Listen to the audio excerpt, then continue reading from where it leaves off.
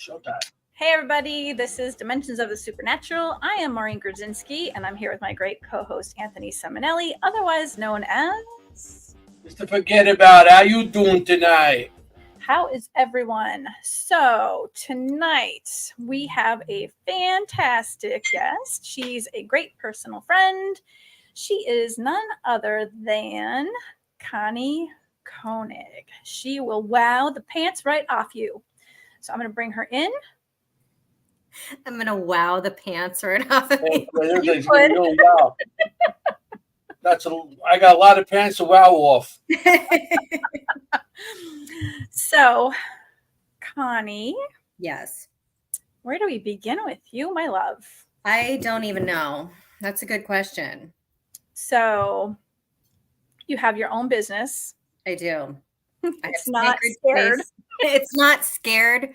I'm not a Sherman. It's scared space. Not scared. And she's not, she's not Sherman. She's a shaman. She is a shaman. She's not a Sherman. I know how to draw. I can't spell. Okay. Not a Sherman tank. You know, Anthony does the drawing. I do the spelling. And I don't have scared space spiritual center. Although that would make sense. Scared space spiritual center. I don't know. Like, you can scare everybody out of the space so there's more space. Right. But you know what? I kind of do that because there's 9 suites in this office and I've been here since 2015. Nobody else can stay in the building. Everybody, they're in and out. Yeah, they leave pretty quick. I've got some friends of mine that are in the paranormal though, and I got them to rent a space here for their pest control business. And so they're here and they seem to be doing okay, thank goodness. But nobody else stays in this building. Because they've got the tents in their back that they're walking around and say, who are you going to call? Right. I mean, there's reasons. This building's got some special stuff going on. So interesting. Your business, what's it about? Well, I am a clinical, interpersonal, and transpersonal hypnotherapist. So I do things like helping people quit smoking, helping with weight loss or weight gain, bad habits. I do like addiction issues, certain addiction issues, addiction relapse prevention. Test prep is a really big one. I see a lot of nurses and a lot of people that are going through the dietetics and nutrition program. Past life regressions. Did I say that? I don't know. Alien abduction situations. And I'm also a full Mesa carrier medicine woman, AKA shaman, trained in the Incan Peruvian lineage of the Caro. And so I do shamanic healing, which is similar yet different to the other stuff that I do. So with hypnotherapy, the client is the one that's doing the work. I guide them into hypnosis and I help them to work through whatever we need to work through. It's perspective. It's a shift in perspective. It's a shift subconsciously, but the client is the one doing the work. With the shamanic healing, I'm the one that's actually working in the energetic field of the client. I can work with the chakras. I clear things out of the chakras. I remove things from the body that don't belong there energy-wise. It could be, stuck energy, things that are just not serving their purpose. It could be entities. It could be, past traumas. I actually go in and I can work with soul contracts and pull up soul contracts. And I do have the ability to help my clients change them. I work in the spirit realm. I work with spirit. And so I'm guided as to what I can't do. So can and can't do. And, I do a lot of different things. Soul fragment retrieval. So anytime we have somebody I'm all like jumbled up today because I'm going through a lot. So I apologize. And I have to tell you part of because you don't know with the doll. You're going to find out about the doll shortly.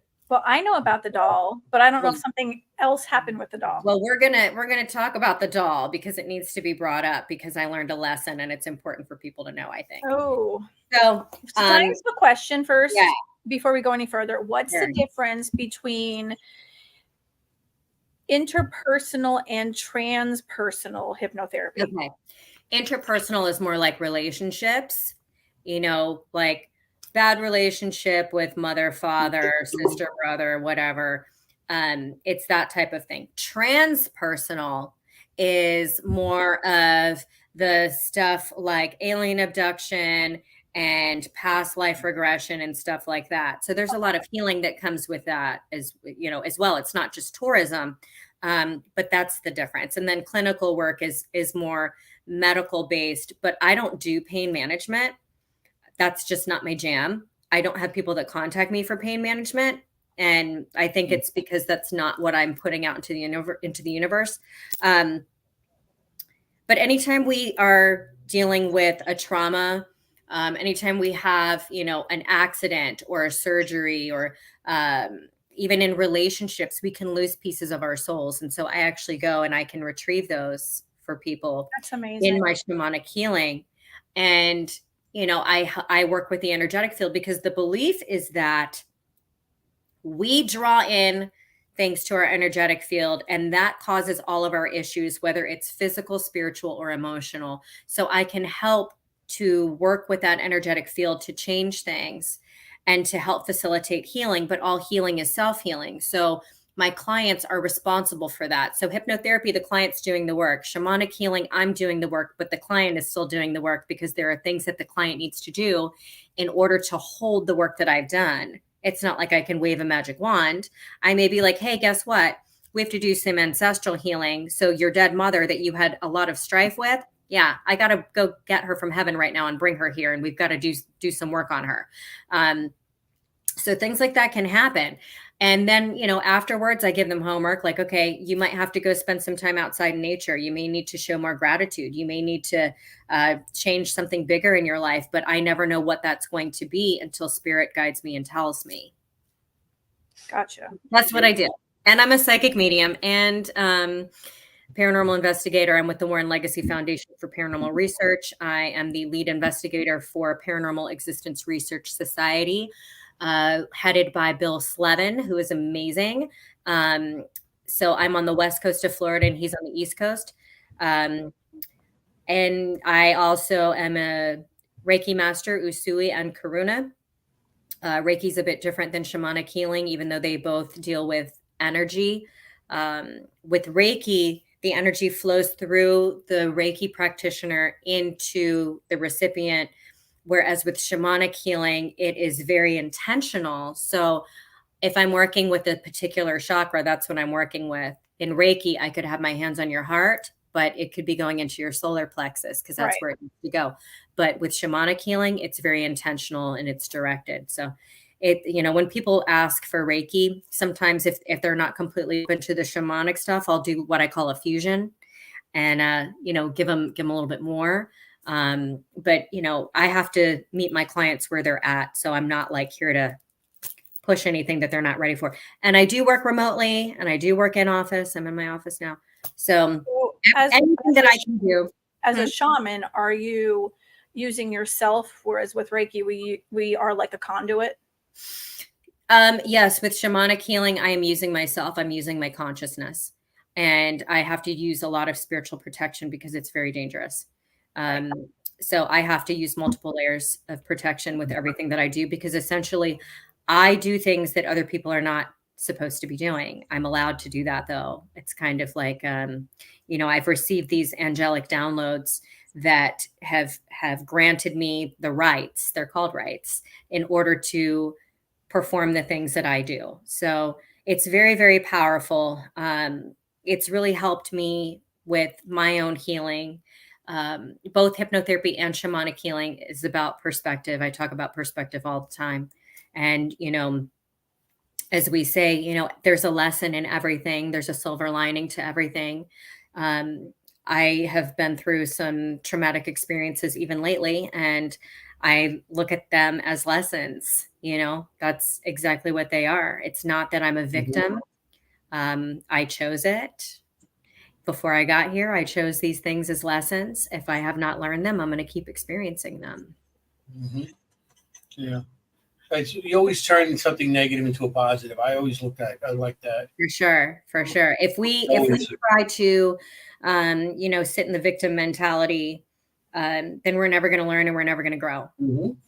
People that are like, oh my God, if I didn't have bad luck, I'd have no luck at all. Clear that. That's not the case. Yeah. That's not the case. That's your mentality. You are drawing that in. So like I'm gonna Florida water myself on that note because I love you. I've had. I just seen that you did Hell House. Yeah. Yeah. You gonna be in Massachusetts too? Am I going to Massachusetts? Yeah, to Massachusetts. No, I'm going to Salem. Oh, you're going to Salem. I thought you were going to Massachusetts. No, unfortunately not. Okay. Salem. Yeah, I'll be at the Massachusetts one. She'll be at Salem one, I think. Yeah. I'm going to be at the Salem one. I'll be at Hinsdale House in December as well. Oh, yeah, I see that. I love that place. That's an awesome place. I've never been there. I was supposed to go in 2020, but 2020 destroyed a lot of people's dreams of going on investigations. I was supposed to go to the Arthur Findlay College over in the UK, and I was supposed to go through this really intensive mediumship program in 2020. Like literally, it was like right when everything was like, no, it got canceled. It got shut down. And I guess I'm fortunate because it could have happened when I went over there, and then trying to get out of there. Stuck there, yeah. Well, everything happens for a reason. I look at it. Everything that always seems, as much as we get disappointed and stuff, everything happens for a reason. In the long run, you see it, but at the moment, you're like, "Damn, what happened?" Yeah, for sure. Lessons can be hard, they can be really, really hard. And especially we have to look at when we see patterns going on in our lives. We have to look at this and we have to say, okay, what is going on? I'm the common denominator here. So if you are in a relationship and you're being cheated on, and the same thing happened with your last relationship and the one before that, why did you draw that in? You energetically drew that into you. So what is the lesson here? Is it that you need to pay more attention when meeting somebody and not, make allowances for things? You need to pay more attention to red flags. You need to stand up for yourself more. That's right. I don't like talking about my personal life a whole lot, but I was in a bad relationship years and years and years ago. And, it was physical. It was bad. And I declared when I was done with that relationship, I will never be in that situation again. But I had to look at not only what I was not happy with this other person, but what do I need to change about myself? What do I need to work on so that I'm vibrating differently? So that why do you keep getting drawn to that same path over and over again? Right. So you have to look at, okay, why am I drawing this in? I need to do better. So I need to raise my vibration. And this is before I even understood all of this stuff. But I knew, I was like, I've got to work harder to do better, to get better and receive better. Like I just had an understanding of that. And, so far it has worked out with things in my life. I'm still going through some lessons right now, but aren't we all? We don't seem to learn very quickly, some of us. Let me just tell you. I'm going to tell you this doll story, okay? Yes, please do. So, I never wanted a haunted doll. I was like, I'm not bringing anything like this into my house. I'm not going to have any issues with this stuff. I don't want to be dealing with this. I don't want to have something wreaking havoc in my home. I was at a metaphysical fair in May, and it was at the May Stringer House, which is a notoriously haunted location here in Florida. And I'm walking around and I see a table and it said haunted dolls. And I'm like, whatever, haunted dolls. Yeah, whatever. So I approached the table just because I was curious. And as soon as I start getting close to the table, it's like I am smacked in the face with so much energy. I was like, all right, something here is legit. So I walk up to the table and I immediately am drawn to this one particular doll because I thought she was beautiful. And I pick her up and I'm like, is it you? And I put her down and then I go to pick up another doll because I'm like, I can't tell. So I pick up the other doll and the feeling just goes away. So I was like, it was her. I paid $20 for this doll. Attached to her was a note and it Miss said, Logan or the this other is one? Miss Logan. Okay. It said, this is Miss Logan. Miss Logan was shunned by her family for her life's choices. She eventually was able to win them over and she lived a happy life and she just wants others to be free and live their best lives. So I get her and I'm like, okay, I can't help it. Like, I'm just so drawn to this doll. Okay. So I'm like showing her off to people. And, people that were not even sensitive were like, oh my gosh, like I can feel this. So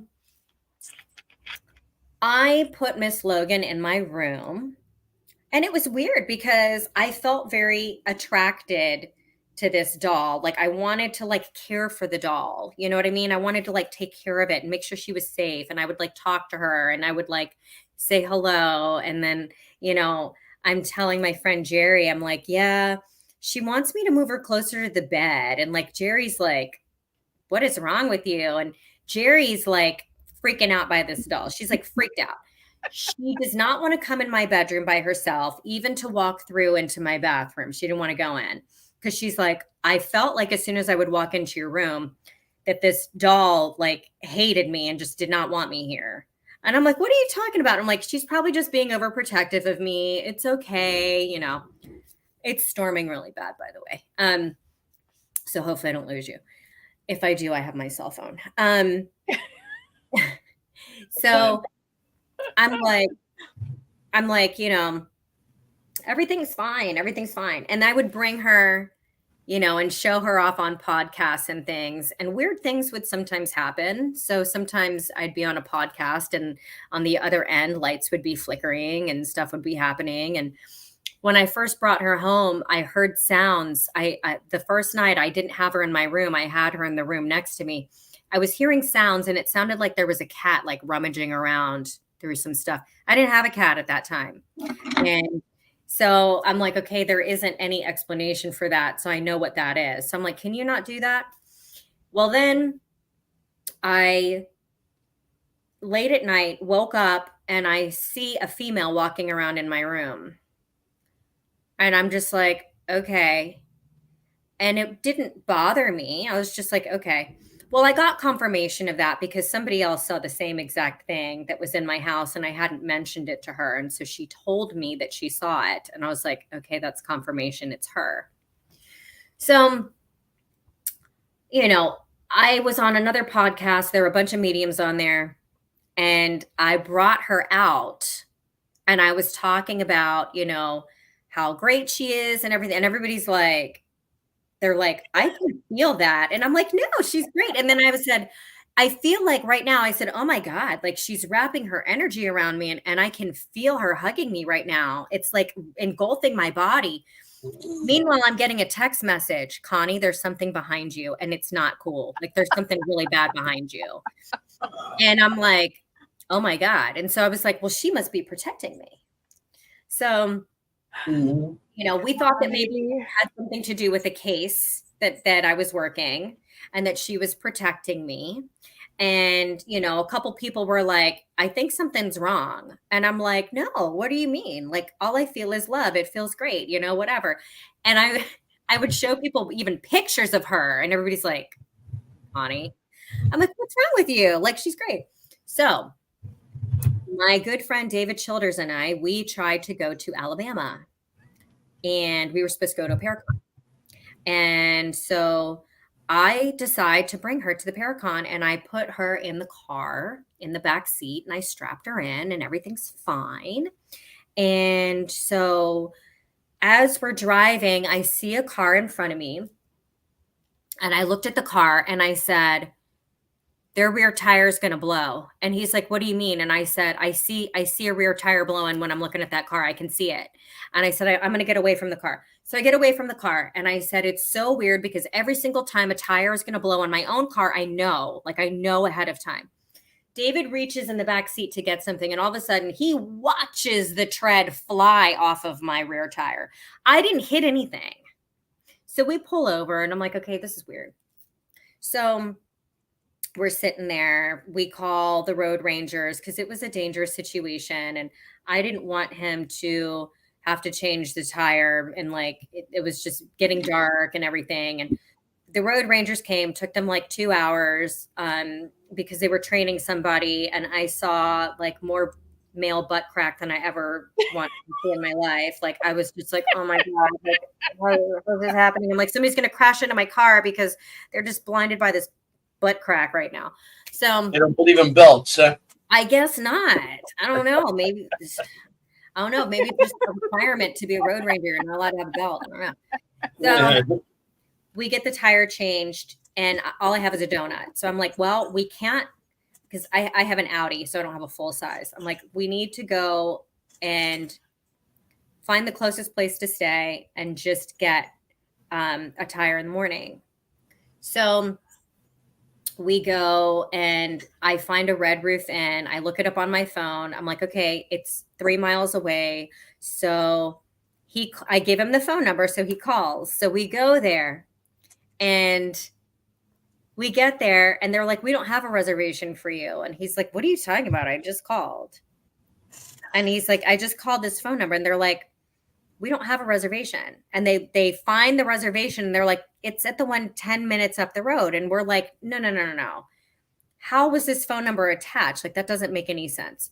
They were kind enough to switch it. So then we're like in Waffle House and we're just like delirious. And we're talking about like little people. And so we're like talking about little people. We're talking about like little people wrestling and like the Wizard of Oz and like little people wrestling. I don't know. So we're like talking about it and like we go into the room and we're delirious and we're tired. He's over on his side of the bed, or I'm sorry, his side of the room in his bed. And he's like, he moved Miss Logan over there. And I said, she might not want to be over there. She might want to be closer to me, but there was no place near my bed to put her because we were afraid that like, if we tried to prop her up on something, because she's porcelain, that she would fall and break. So I don't know why, like we just didn't switch beds, but we didn't. So he's sitting over there and I'm like, by the way, she gets out of her vessel and she walks around and he's like, what? What that's not okay. So, oh, by the way, I'm looking at comments. A road ranger it's called a road ranger in the state of Florida, Florida Highway Patrol. They have a free service where if you call them and you need help, if you're out of gas, if you're having some sort of car trouble, they send the road rangers out to you. So it's not AAA and it's a free service. So that's something that Florida has. They should have that everywhere. Yeah, they should. So David's like freaking out. He's like, that's not cool. And I'm like, ha, ha, ha, ha. I'm like, yes, it is. It's funny. He's hearing sounds over near his bed. And I'm like, ha, ha, ha. I'm like laughing, you know. So we turn on the light and he looks, there's nothing. So then I'm just like, it's fine. But wouldn't it be hilarious if all of a sudden she made a really loud noise just then? And I kid you not, it was as soon as I finished that sentence, his alarm starts going off on his phone. So he is like, are you effing kidding me? And I'm just like laughing and laughing and laughing and laughing and laughing because I'm just like, this is the most hilarious thing ever. I don't know why I think it's so funny, but it just is. And so I'm like, okay, Miss Logan, you know, I'm sorry you have to stay on that side of the room with him. There isn't a safe place for me to put you over here. So, you know, you're going to have to stay over near him. And so I'm like, maybe you can like peek over him and look at me over in my bed. I don't know. So the next morning we're trying to find a tire. There's no tires. And we're in Tallahassee and they're like, Yeah, you have like the worst possible size tire to find because it's like a low profile 19. They're like, we don't have any. We can get you one on Monday. And we're like, no, no, no, no, no. Mm-mm, no. Like, we need to be out of here. So we're calling around, and this one woman at Firestone, she's like, I can make magic happen. If there's a tire anywhere near here, I'm going to find it. And she's like, I can't guarantee anything, but I'm going to tell you right now, if there is a tire, I will make sure that you have it. So we're like, okay. So we leave. We are like driving around trying to figure out what to do.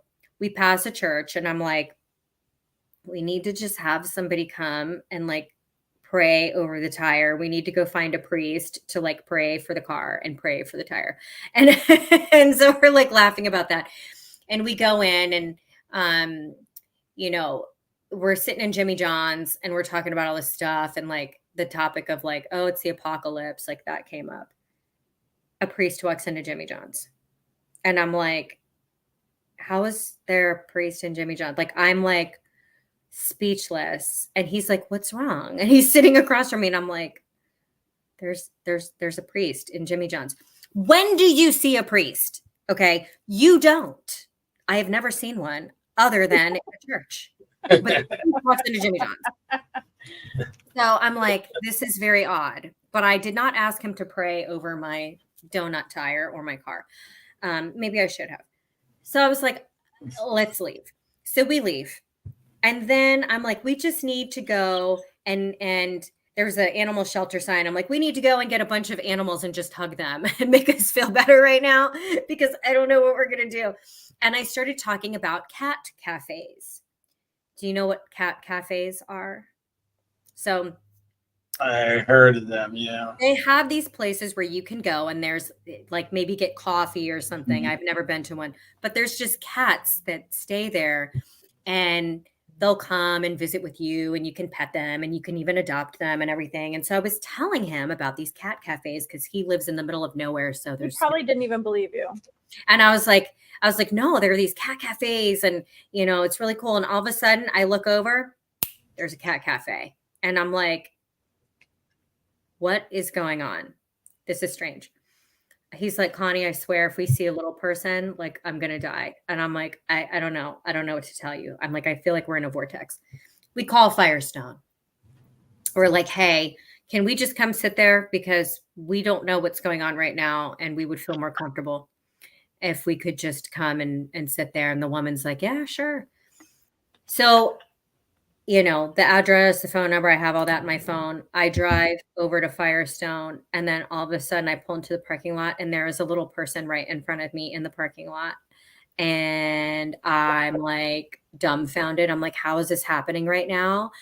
What are the chances of this? We pull over into a parking space, and I'm like, I think I punched David because I was like, I can't deal with this. I think I punched him, honestly. And I was like, I can't deal with this, and I'm afraid right now. Like, I'm very scared, and I don't know what's going on, and I don't know what kind of portal we have gone into, but this is very odd.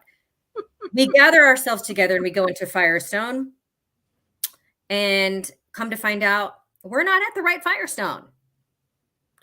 The other Firestone is 10 minutes up the road. I'm like, so first the Red Roof Inn is 10 minutes up the road, and then the Firestone is 10 minutes up the road, but I called the wrong phone number for that one. And then the same thing happens here. But had we not been at this Firestone, we wouldn't have seen the little person that we were talking about when we were talking about this last night. So I'm like, what is happening? So we are going to the other Firestone, and she's like, your tire's not at this location. They dropped it off at the wrong place. And we're like, oh my God. And I'm thinking, what if it's at the last Firestone we were just at? That would be crazy. But they found the tire. It was dropped off. They just didn't know. So at that point, we had to wait a little while. We got the tire. We were not able to make it to Alabama because we still had a couple hours to go. So by the time we got there, it would have been too late. So sadly, we were not able to make it. So I was like, we need to just go back to Tampa and just like not do anything and just, you know, stay put, because I'm just at this point not knowing what's going to happen. So do you know what Buc-ee's is? Yes. Okay. No. So I love Buc-ee's and I see this sign and it says Busy Bee. And I'm like, what is this? Like, this looks like a ripoff of Buc-ee's and we're going. So we go there and it's like the Wish version of Buc-ee's. Because, in Buc-ee's, it's like the bathroom is so pristine and beautiful. It's like the bathroom that Jesus would have. Well, at Busy Bee, it's like not so much. Like they tried to make it the Jesus bathroom, but it's not. Like I'm like, this is not the same. So, and they had like a jerky thing, like they had all the same stuff, but they were all out of jerky. I'm like, how do you run out of jerky? I don't know. You It's have weird. to have a wall of jerky. They did not have like there was no jerky. I'm like, how do you not have jerky? I don't understand. So sorry, I don't know why my computer's making noise. So we make it back to Tampa and I'm like, okay, let's just, chill out. And, there was a reason why we didn't make it to Alabama. I don't know what it is. So then I'm like wondering about Miss Logan and I wanted to take her with me. I didn't take her to Hell House. I didn't bring her because I was like, if I bring her on the airplane, the plane will probably crash and I'll be the only survivor. And I don't want to deal with that. And I would have to carry her on because she was 23 inches tall. She's big. So, and I wouldn't feel Well, comfortable. even get a flat tire, and they couldn't replace it probably. Right, exactly. And then the pilot would be a priest, So I was like, Yeah, okay. probably be a priest, and the person serving the food would be a little person. Yeah, exactly. So I'm just like, yeah, this is not a good idea. So I didn't take her to Hell House. So I was gonna bring her to Orlando to Phantasm this past weekend. And I was like, okay, I've got to drive an hour and a half with her, or not even, maybe like an hour. And so I was concerned. So I contacted Stephanie, who's also in the Warren Legacy Foundation, and I asked her for some help. And I said, hey, I don't know if she needs binding, but something needs to happen because I don't feel comfortable bringing her. I feel like everything that happened on this other trip, like the synchronicities were just Abundant. yeah, it was just not, it was too much. And so I was afraid. I was like, I don't want something else to happen. So she's like, okay. But So, at least on the other trip, you didn't hear any banjo playing. Then I'd be more worried than seeing little people. right. So,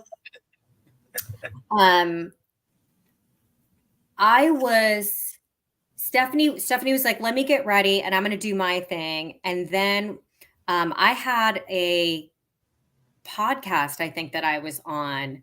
And so I said, when I get done with this podcast, then, we'll reconvene. So she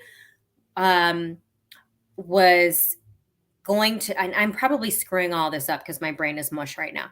So, okay. Back it up. So I told Stephanie, and I'm like, I think she needs binding. So she's like, okay, we'll do it tomorrow. I was so screwed up that night. I couldn't figure it out. My anxiety was off the charts and I don't have anxiety. I couldn't sleep. I felt like crap. I felt terrible. I felt physically sick. I didn't know what was wrong with me. The next day, Stephanie tells me, she's like, Cahni, I need to tell you that I was doing some work for somebody else. And all of a sudden, a child came in that I believed is Miss Logan, and her mother came in and they were reunited and they left. And she's like, and I'm so sorry. Like, I wasn't trying to like release her. I wasn't trying to do that, but it just happened. And, sometimes people can get very upset about things like that. I was like crying. Was this Steph Burke? Her last name, I can't ever pronounce her last name.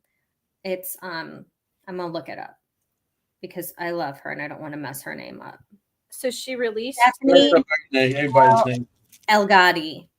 Okay. Stephanie Elgadi. So she's like, I didn't do it. Like it just happened, but it happened in front of me. And she's like, I'm so sorry. Like I wasn't trying to like, do something against your wishes or anything. And so I'm like crying and I'm like, but I want her to be free and to be in heaven and to be with her mother and all this. But I felt so attached and I was so upset. I felt so upset. And I felt very selfish. And I was just like, I don't know what's wrong. And then I was like, Stephanie, something's wrong. Because it's an attachment. She's like, I feel like something's wrong too. And I said, Stephanie, I feel like there's something malicious. And she's like, so do I. So she's like, I'm going to go and I'm going to bind this. I had to do this podcast. And so I was like, okay. So she was doing her thing. And then after the podcast, I was going to bless a necklace and put it on her and keep her bound so that I could take her to Orlando to Phantasm, because Chris McKennell from Warren Legacy Foundation, Ed and Lorraine Warren's grandson, was going to be there. So I was like, I want him to take a look at this. So I call Stephanie and I start feeling sick again as I'm on this podcast. I'm feeling sick and I'm like, okay, this is weird. I feel like this doll's breathing and I don't know why. Like, it just, something's off and it's weird and I'm just messed up. I was so messed up the night before when this like release thing happened. I was at Jerry's house and I couldn't get out of my car. I was like crying and I had to text her and I was like, you have to come get me and I don't know what's wrong. And I didn't know at the time that anything had been released. So it was all very weird. So I was like, Stephanie, I don't know if maybe there were two things in this vessel and one, you know, was masking the other. I don't know what was going on, but now there's something in here and it's not good. I talked to her after the podcast. She said that it was the hardest binding she had ever done. She said that her whole house was going haywire. Everything was going crazy. She burned herself. She's like, the things that were happening never happened. Like, it was just crazy.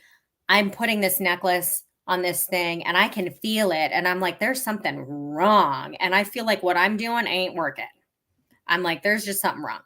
So I ended up putting her in a bag with a zipper. And I did some shamanic stuff.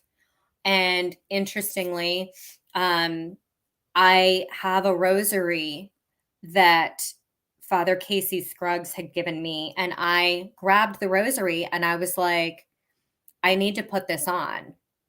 And I put it on and I slept with it on.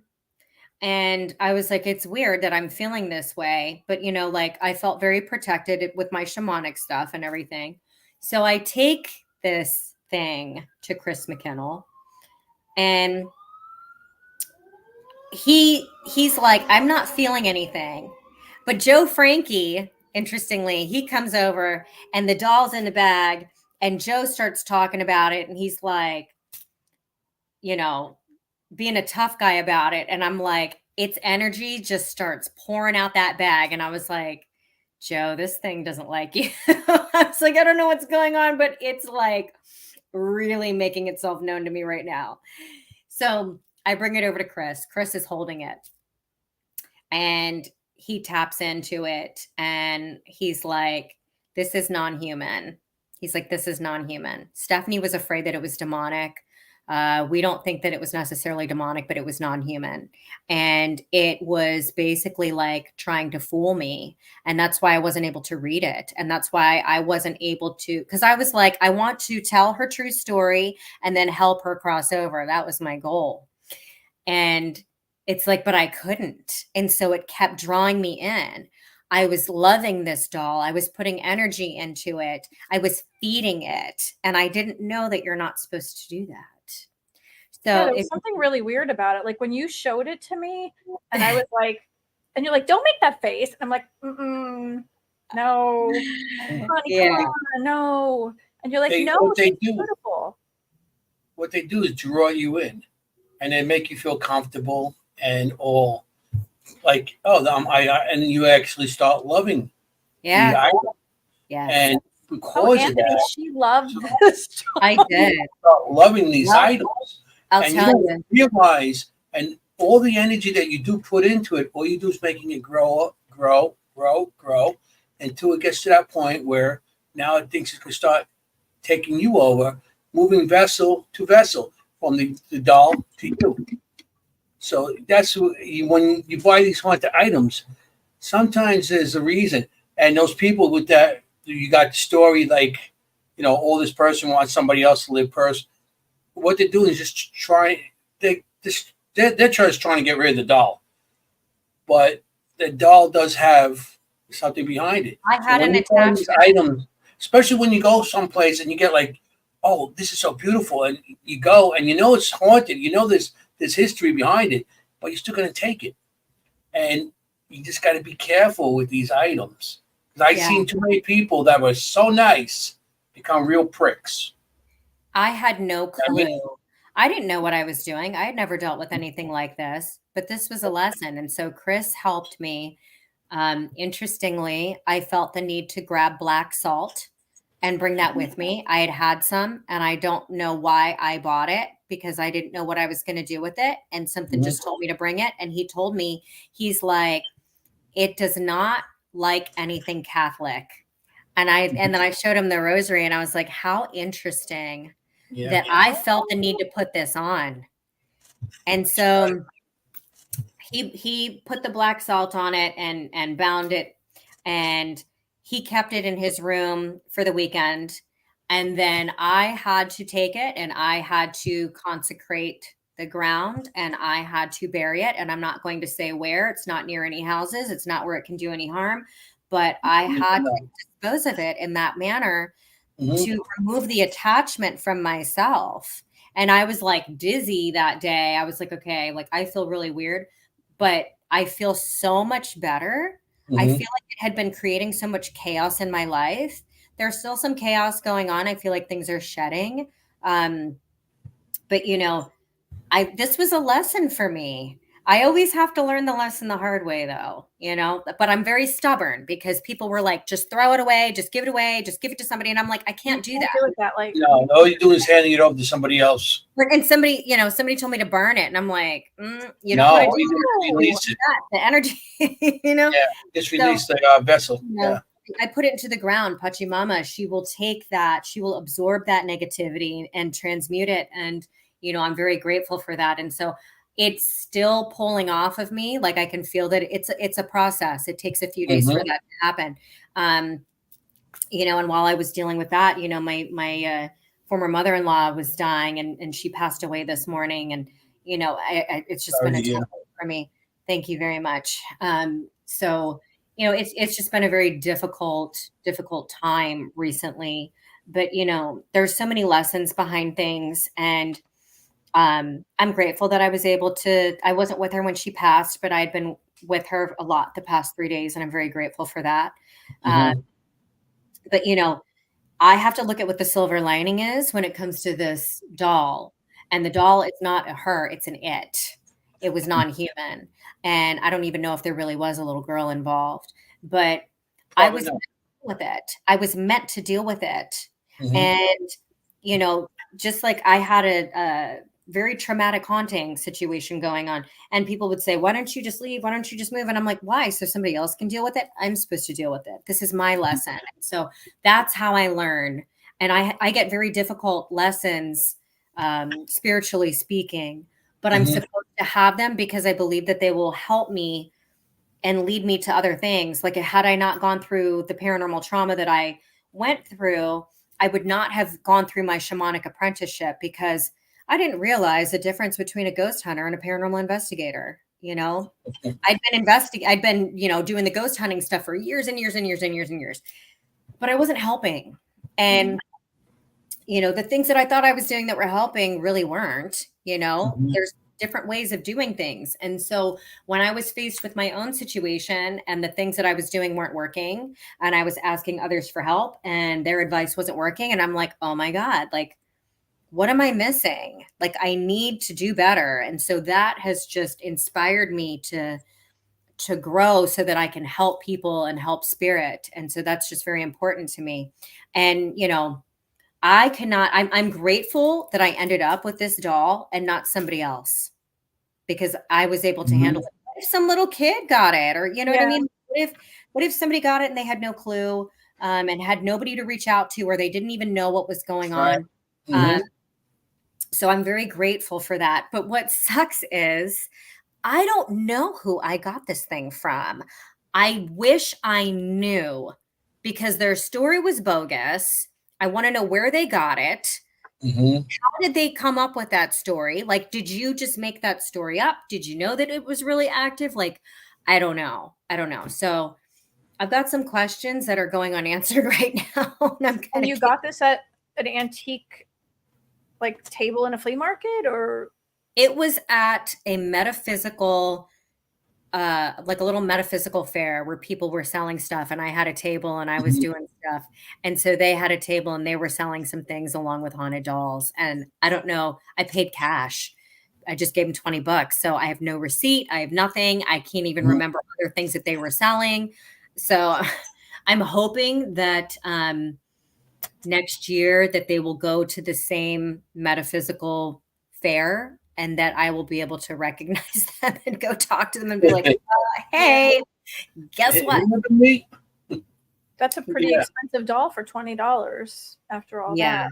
Yeah. They wanted to get rid of that doll. That's why they kept it so cheap. All of their dolls were really, really inexpensive. And when I had looked up the price of the doll, I couldn't find the exact same doll, but I could find similar dolls from that manufacturer. And so the pricing was right. If, as far as it was from like the 1980s. So the pricing, if I were to just buy like a regular doll, the pricing was on point. You know what I mean? It's not like they were charging $200. So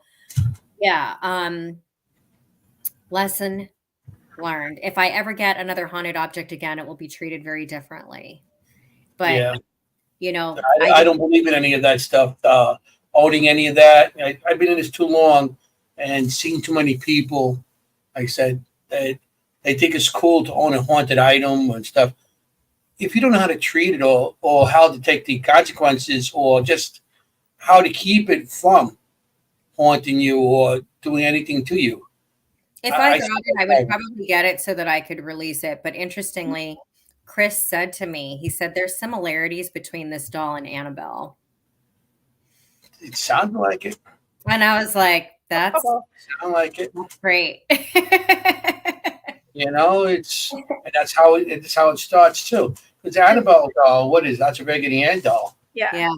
And I don't think that was a very old doll. It wasn't an antique or anything. It was still around that era. It ended up being, a tulpa. It was created, but Miss Logan was not. There was already something there, and so I'm curious. I'm wondering if after everything is fully removed from me, if I will know the story, because I'm very blocked when it comes to this situation. And it did it on purpose. And so I'm wondering if I will all of a sudden be flooded with the information and be able to know. So I think it'll take a few more days if that's going to happen. So we'll see. How'd you come up with that name? How did I come up with her name? Yeah. That was the name that was on the piece of paper. Oh, it was on the piece of paper. Yeah. So that I'm sure that was not Logan. The moment you said her name, it odd to me. Yeah. Yeah, I didn't feel like that was its name. Maybe you identified as somebody named Miss Logan, or maybe the person had the doll before you was Logan. Because you said the doll's from the 1980s, so. Right. It was like if I was introducing Anthony to you and I said, this is my friend, Margaret. I know her name. He's haunted. Crazy is people would say to me, they're like, Cahni, that doll kind of looks like you. And its facial expression would change. Like, I'm not joking about that. Like, Jerry even noticed. She'd be sitting there and she's like, why do I feel like she looks mad right now? Well, Anthony and I, we dealt with something like that. Yeah. Yeah. Right, Ann? Yeah. We went to a place upstate New York and had a doll room. And I was actually in the room. Todd was with us, her husband. And it ended up that we look at a doll, and every picture you took, she had a different expression on it. And her eyes even changed colors. And we found out that the doll was donated by Hinsdale House, Dan from the Hinsdale House, to this location. I can't wait to go to Hinsdale. It just kept changing. The expression. And every time they would come And the back, eyes turned black. They were blue, and then they turned black in one of the pictures. and they were like, you need to see this. Look at this one. We just took this one now. Look at this. Yeah, it was awesome how it had changed like that. You know. And finally, Connie, I was just like, guys, I'm doing something here. Right. You gotta stop. It's like obvious that it's changing, but I'm doing something here. The Hinsdale house is awesome. You're going to have a really awesome time there because it's not just the house; it's the land also. So you're going to have a good time. But you're I'm gonna not going to tell you what goes on there. You're gonna, you know, what I mean, I know psychics don't like to know, psychic mediums. And, Yeah, I don't want to know. you know what I mean? But you're going to have a good time there. I know I did. I've been going there for quite a few years. Yeah. 2016, I started going there. Yeah. Yeah. So I'm not saying a word. it's not an telling you awesome anything. place. It's an awesome place, and definitely going to feel stuff. Yeah. You know. Hell House, I had experiences there.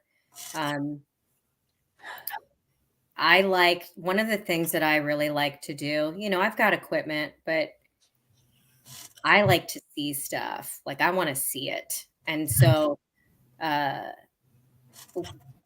David and I went into a room and I said, let's shut off the lights and just watch. And I said, something's going to come in. We were seeing like black masses swirling on the floor and like things coming towards us. I mean, it was pretty intense. It was like going down. I was like, this is pretty crazy. And then we went and Sam Beltrusis and Sammy. Richard Estep and Natalie Jones.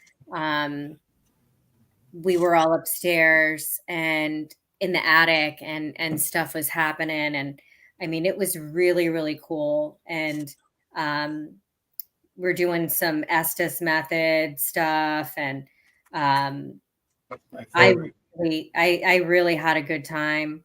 And it was funny because we started smelling like burning and we're like, oh my gosh, what is this burning smell? Like, is this related to a fire? And then when we went to leave, they had like a fire pit outside. And I was like, debunked.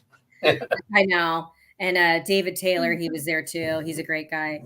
But you know, I had a nice time at Hell House. I really did. There's that one hallway. This is where I had an experience. And it kept happening. The hallway, and I can't think of where it comes from. There's no hallway, and I would walk through it, and it's like the energy would just be like bam, and it would just shift. Like, did you feel sick? I just felt dizzy and off and heavy, and I was like, this is weird. Yeah. And I think it was like going into the kitchen area or something. Yeah, I think that's where it was. It was like after I would leave Bobby. I think the floor yeah. The floor kind of like goes upward. Yeah. It like slopes up a little bit. And all of a sudden I was like, whoa. At first I was like, maybe it's because of the floor changing and because it kind of like zigs, the hallway zigzags. And I think there's also a mirror there. Mm-hmm. So I was like, I think maybe that because it's so dark there and there's that mirror, maybe it created a portal. Yeah. But I was violently sick.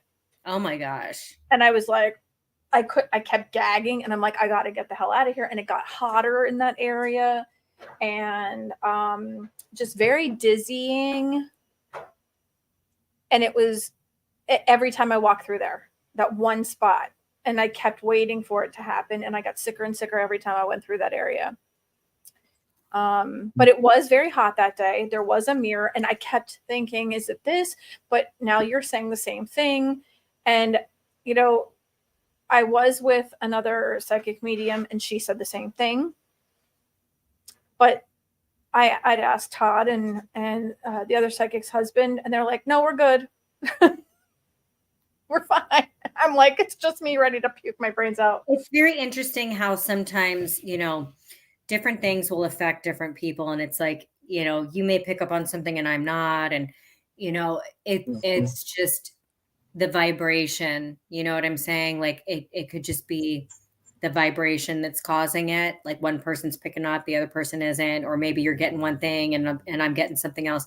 It's very, very interesting how that is. Yeah. I think since where we were when I was with Todd and Anthony. I think that things have gotten very ramped up since then for me. Mm-hmm. And like even when you were doing your gallery reading, Yeah. you would get something and I would like look at the person who it was for. That was the weirdest gallery reading for It me. was really messed up. That was so bizarre. Like the energy was so messing me up. It was screwing me up. And it's like I would pull something in and I'm like, hey, I'm getting this. And I see this Victorian house and I see this woman and she looks like this. And like nobody's claiming her. And I'm like, nobody, Bueller, nothing. But they all knew who it was for. And then I go to the next one. And then all of a sudden the next one is tied in with the last one, and it all would come together. And it happened several times. And I'm like, why does this keep happening? And normally I can tell you right away, this is how the person died. I was getting none of that. So here's Like, what I think I know why. Energetically thrown off. I think I felt very at home and settled with these people. I feel like we were all together at one point before, or even Yeah. like in another dimension seconds ago. I felt like I knew these people. It was very weird. The woman that was sitting to the left of me with the blonde hair with the kids, I looked at her and I was like, I know you. I felt that way too. I'm like, I know you. I'm like, I'm not understanding. And we don't know each other. She had just come back from St. Pete, which is not far from where I live, Mm-hmm. but it's not like we had run into each other. But I was so confused because I was like, have I like read you before? Like, I don't understand. Like, I feel like you're just so familiar to me. And one of her daughters, I was like, this is just odd. Like, it was And just it so kept odd. coming back to her, and then it would be connected in a way to somebody else. Like Yeah. all of it was Anthony. It was really, really weird. And then the very last thing, when I pulled in this spirit guide, and I'm like, it belongs to you. And I point at this guy, and he's like, somebody just told me the exact same thing 5 minutes ago. And I was just like, whoa. But it took you like 10 minutes to get him to say that. He was You like, You so just had somebody shocked. else tell you this. I think he was just so shocked that he just couldn't. But I'm like, no, it's you. And I'm like, Anthony, all these people, I'm like, nobody would standing admit, with you. nobody would say, oh, that belongs to me. Like you're sitting there and you're paying for this, but no one would say, oh, that's for me. I'm like, can you take this? Can you take any part of it? And everybody's just staring at me like deer in headlights. And I'm just like, oh, dear Lord, baby Jesus. I'm like, it was almost like, it was like she was saying, okay, so this is herpes, gonorrhea, the clap, whatever. And everybody's like, not me. And then all of a sudden somebody's claiming two of them, you know. I know people in these readings. I worked with psychics with readings and stuff. I did videos for them and stuff. And some people just don't want to admit. They want to go for the reading, but they don't want to admit it's them. Here's the thing that I always say. They're afraid of what's going to come out of your mouth next. Yeah.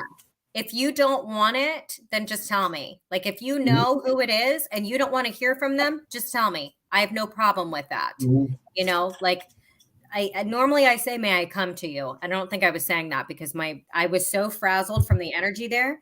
Normally I ask that. And if somebody says no, if you don't want to hear from a particular person, that's fine. Like I'm not going to. I love getting readings, and it's really, I think people, it's really hard for people to read me. I think, but well, I'm pulling in stuff for you. you did come with something for me, but then Lisa kept saying, I think this is for me. And she would, like, you would say something and we both go, I think this is for me. And then you would say the next thing, I think this is for me. So that was what was throwing me off completely. Yeah. And then you got something very specific. And I was like, I really think this is for me. And she's like, but it could be for me. And I was like, God damn it. Like, just get something very specific. And then you got something. And I was like, I really think that this one's for me. And she's like, well, then say something. And I'm like, but you keep saying it's for you. And then you said something and I was like, this is for me. That's so funny. But there were a couple that seemed very much like it could have been for me. And I was like, I don't want this to, like, I don't want to keep saying, I think this is for me. I think this is, but you came up with a couple of things for me. Here's the thing. Even if you feel like it's for you, and then it turns out it belongs to somebody else, if that message resonates with you, then you're hearing that for a reason. So you have to remember that. You know what I mean? Even if it's like, okay, you've got everything except for this, and this other person is like, no, I have 100% of it, but the message that's delivered is close to your heart, you still got to listen to it, because it is. That's what I was doing, because I think that they were coming in for me. Yeah. But I thought that parts of the messages were messages for me, but I think that they were people for other people. It's pretty interesting, because you never know what you're going to get. And I always pull in pets, and I like that. And it was so sad, because the woman, I pulled in this shaggy brown little dog, and she got all teared up. And what's crazy is that dog died that morning. Wow. That morning. Yeah. And she had been caring for that dog. She was like a pet sitter for that dog, and that dog showed up. Yes. That was like insane. She was so sad about it. I was like sitting there, and I'm like covering my face because I'm trying not to cry for her, because I know that feeling. It's so hard. I know. And then I had Anthony in my head with Cookie, his dog, barking because of Ron and Lourdes' ITC method, because of how he sounded so excited. Like, I had all these things running through my head about different people that I know with their animals. It was just... Yeah, they do that static calm. I don't know if you heard it yet. No. What's that? It's wild. It's they actually take white noise. They have a white noise generator. They run it through different programs. I'm going to go the easy way, because Ron knows the fancy way, say, but they take white noise and they run it through these programs on the computer, and words come out, sentences, phrases. like It's paragraph. unbelievable. I mean, it responds to what you're saying. It will say your name. It said the name Lourdes. Lourdes is not usually a normal name. It says Lourdes a couple of times. And, you know, some of the stuff that it comes out is unbelievable. They did it was a digital seance they did at, that's in, it's the UFO Paranormal Museum in Pine Bush, New York. And they did it, and they going around, they handed the microphone to everybody. And I do a lot of video for them and stuff like that. So they're handing around the mic, and it comes to me. I hand Lourdes my camera, and I want to ask a question that's different than everybody else's. Everybody's asking, my mom here, whatever. I said, Mom, if you're here, have Cookie bark. Cookie was my dog when I was a kid.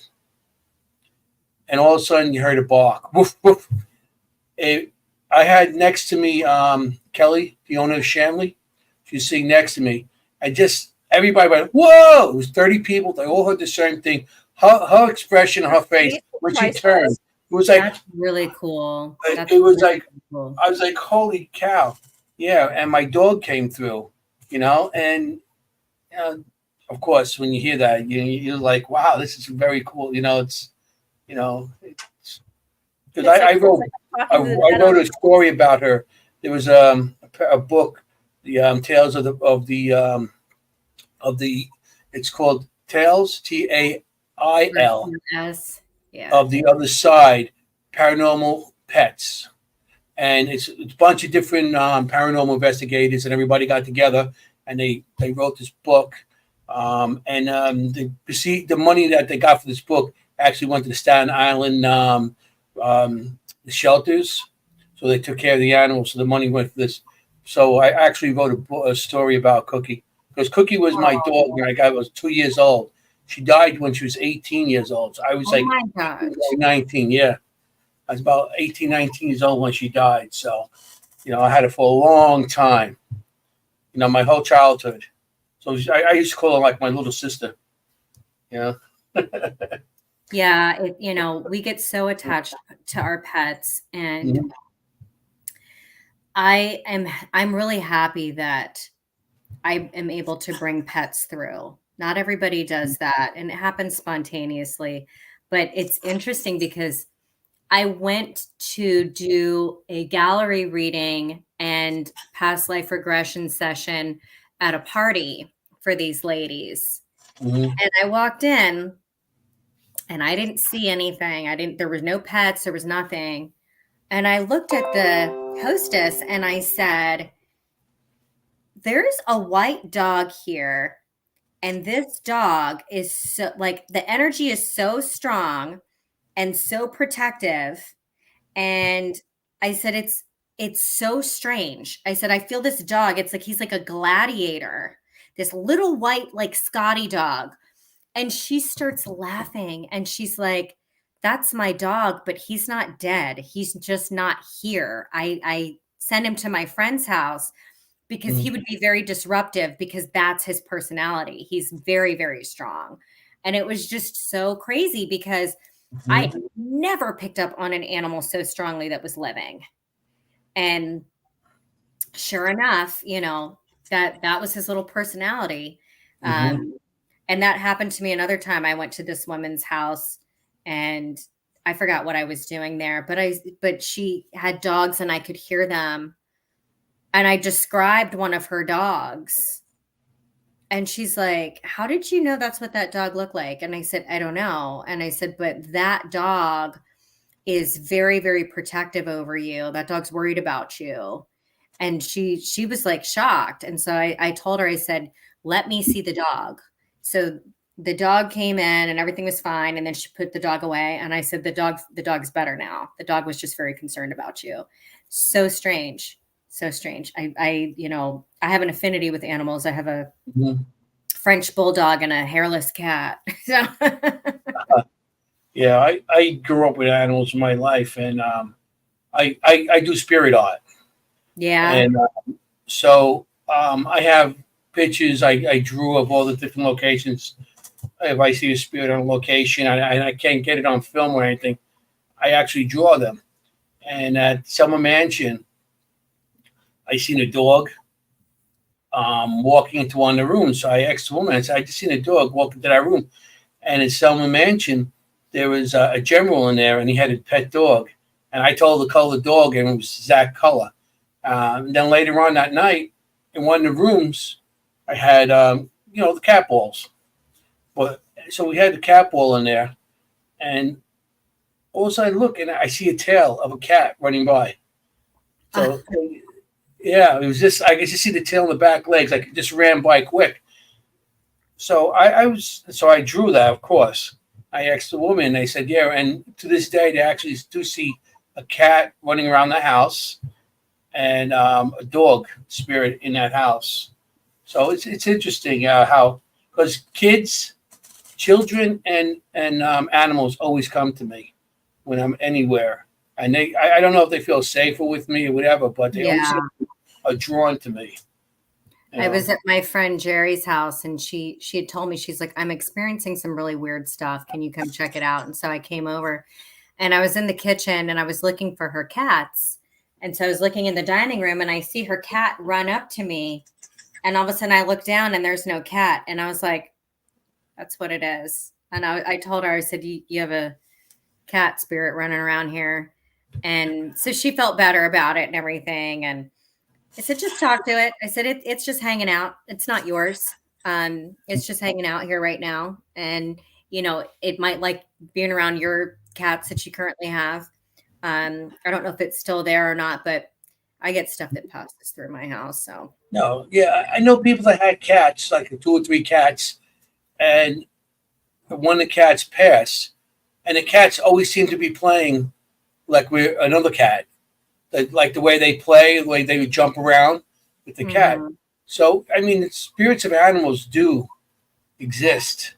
Oh, and, for sure. Some religious groups don't believe that. But I got so mad at this woman. I was at this like petting zoo place one time, and there was a little kid, and the mother said something, and the little kid was like, well, I don't want to hurt the goat's feelings. And she's like, goats don't have feelings. Animals don't have feelings. They don't have souls. And I looked at her and I was like, they most certainly do.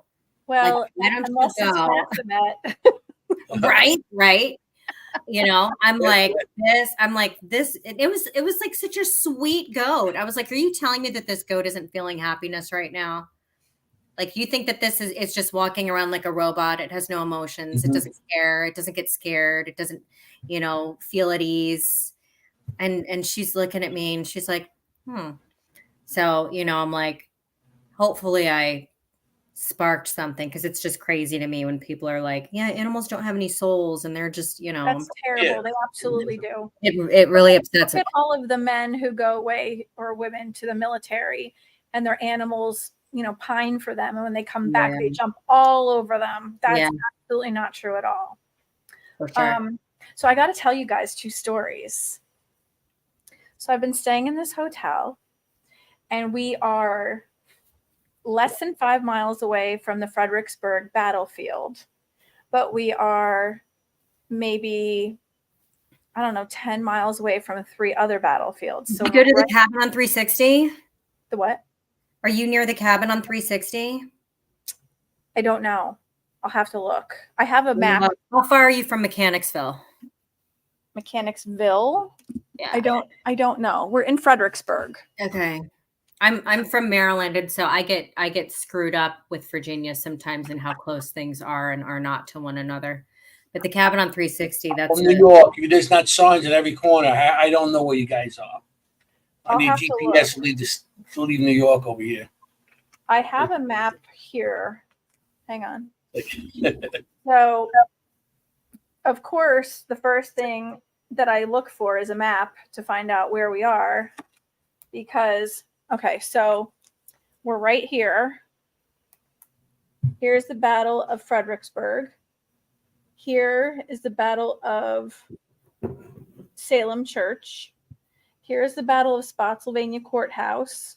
Oh, Spotsylvania Courthouse. I'm going to tell you what happened there, but here is the Battle of Chancellorsville. Don't go speeding on 95 through Spotsylvania County.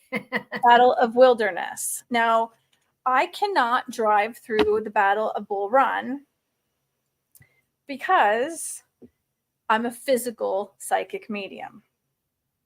The last time it happened, I told my family not to drive through. Hi, everybody. Thanks for stopping in. I told my family not to drive through because of being a physical psychic medium. I fell asleep in the car on the way home, and they forgot, and they drove through the Battle of Bull Run. So I'm asleep like this, and all of a sudden, it felt like I was shot in the forehead and the back of my head exploded. And I sat up, and I see this man start to materialize in front of my face. He had like the twirled mustache. He had the big hat from the Civil War. And all of a sudden, these names started to like roll in front of my face. And I feel like I'm being riddled with bullets. And I start to yell these names out because all I hear are cannons and bullets being pew, pew, like past me. And I'm yelling these names and saying, please write this down. So like everyone's writing or typing into their phones as we're coming home from dinner. So we get back to my aunt's house because they live here in Fairfax. And they are checking all of this online. Every single name was on this muster roll. And it was every single person who passed away. That's crazy. That's crazy. So we get here this time, and of course, I'm immediately with all of my equipment. I have everything ready to go. I'm really exhausted the first night we get here. So the nightstand right there is where I put all of my stuff. I unpack immediately as soon as I get here. I have everything like lined up because I'm totally OCD. I threw everything on that nightstand. My glasses came off. They were all over the place. I woke up the next morning. Everything was lined up like where it's supposed to be, how I would normally put it. My glasses were folded back up just like this, and they weren't like that when I went to bed. Everything was lined up. And my earrings, which I took off and put on the dresser, were put in my jewelry bag on the nightstand. My husband couldn't find his belt. We went looking everywhere because he was doing like a training class with the Navy SEALs. Outside, he was going to lose his pants if he didn't have a belt. It was actually in the curtains on the windowsill. We had to look through the whole room. So now I'm really curious. The next night, I said, what I'm going to do is I'm going to keep everything the way it was the night before, because now I don't want to upset anything. I want to see if they do the same thing. They were pissed at me that I did that because they were so tight. Oh, and my flip-flops were shoved underneath the bed. They were pissed at me that I did the same thing, and they thought I was mocking them. So my big, heavy bag of gear that I would like literally have to lift up and my bicep was tight, they threw it off that chair onto the floor and everything was scattered all over the place. That's crazy. Yeah. So I go down to the desk after my husband, we went to breakfast together in the lobby. When he left, I go to the desk and I said to this woman, you might think I'm crazy. However, I need to ask you a question. And she said, yes, baby, how can I help you? And I said, have you ever heard of any paranormal activity here? And she goes, no, sugar, I haven't. And I said, well, I have something to tell you. And I told her what happened. And she goes, well, let's see. And she goes just like this.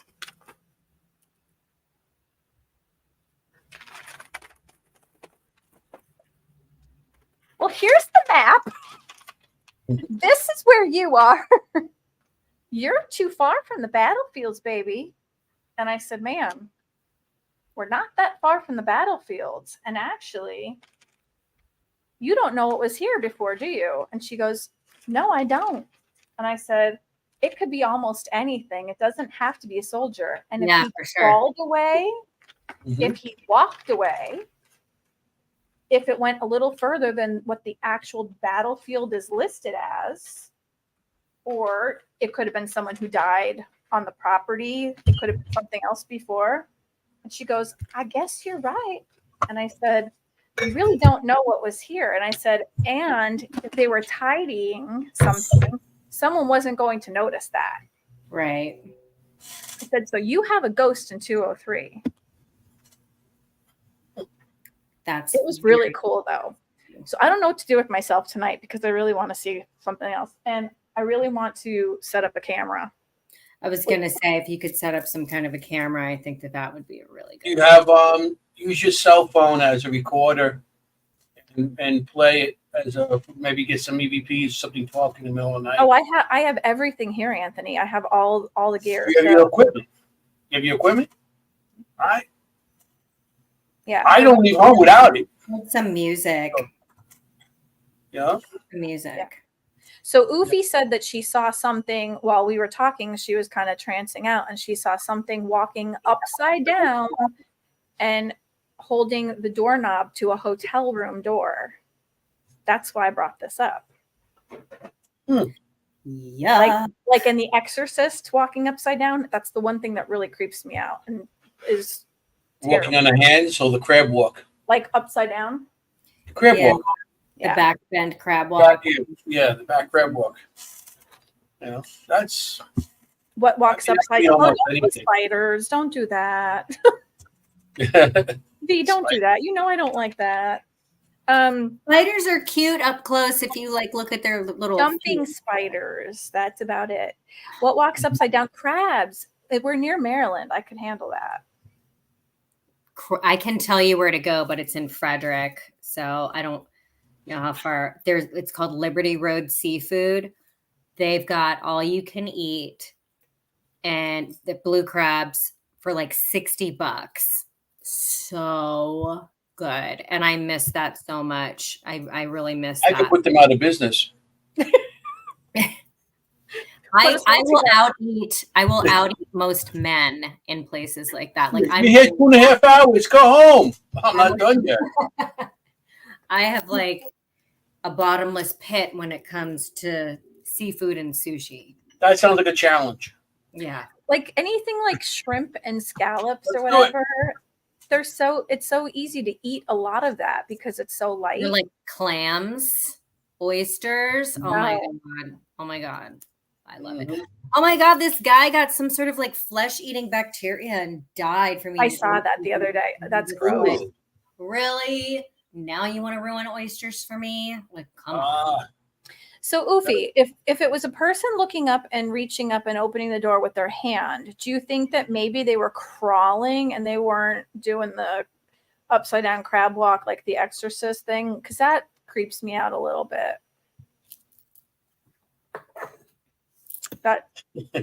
That's the one thing that like really creeps me out. I've been in basements in the dark, investigating, and that didn't bother me. Oh, you would hate the Trans-Allegheny then. Oh my God, I want to go to Trans-Allegheny so I bad. love that place. There's what do you call it? There's a creeper that walks up the walls and back and forth, and it crawls on the walls and stuff. I'd still go because I really want to go there. That doesn't bother me. There's one in Old South Pittsburgh too.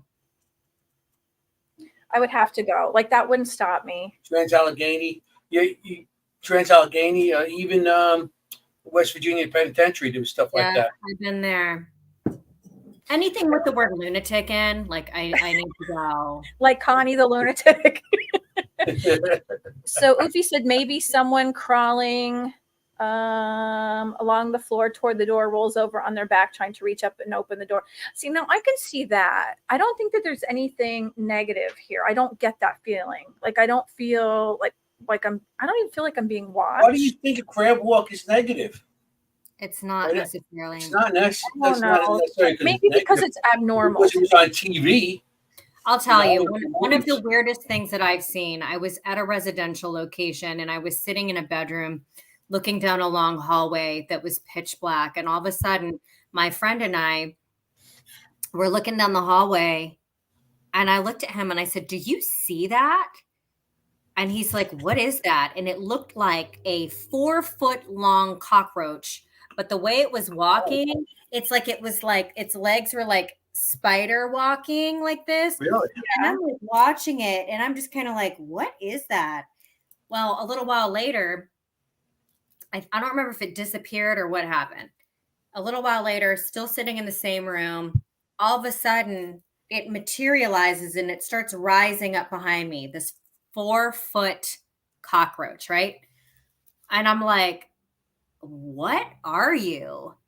And it literally said to me, "You cannot comprehend my true form. So I'm just showing you something that's familiar to you." And I'm thinking, well, couldn't you just be like a like a dove there or like something? A bunny rabbit, a dove. Yeah.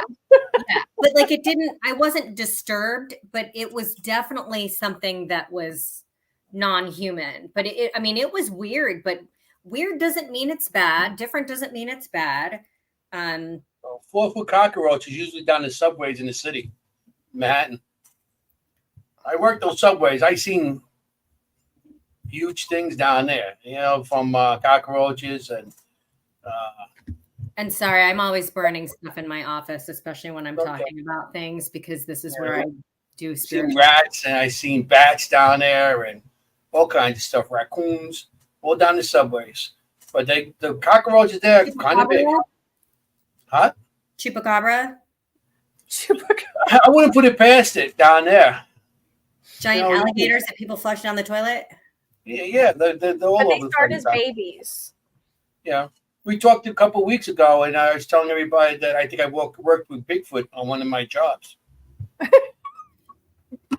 I've had a couple Bigfoot encounters in the past few years, and I'm telling you, like, as a kid, I was really fascinated by that stuff, but now it's a little bit the Bigfoot stuff. Yeah, I'm interested in it for sure, but it's just very different. Do you know what CE5 is? That sounds familiar. So there's like close encounters of the first kind, second kind, third kind, fourth kind, fifth kind. So one is like seeing a UFO, and then there's like, and I'm totally screwing all of these up. So if anybody knows, like, I apologize, but I'm going to screw it up.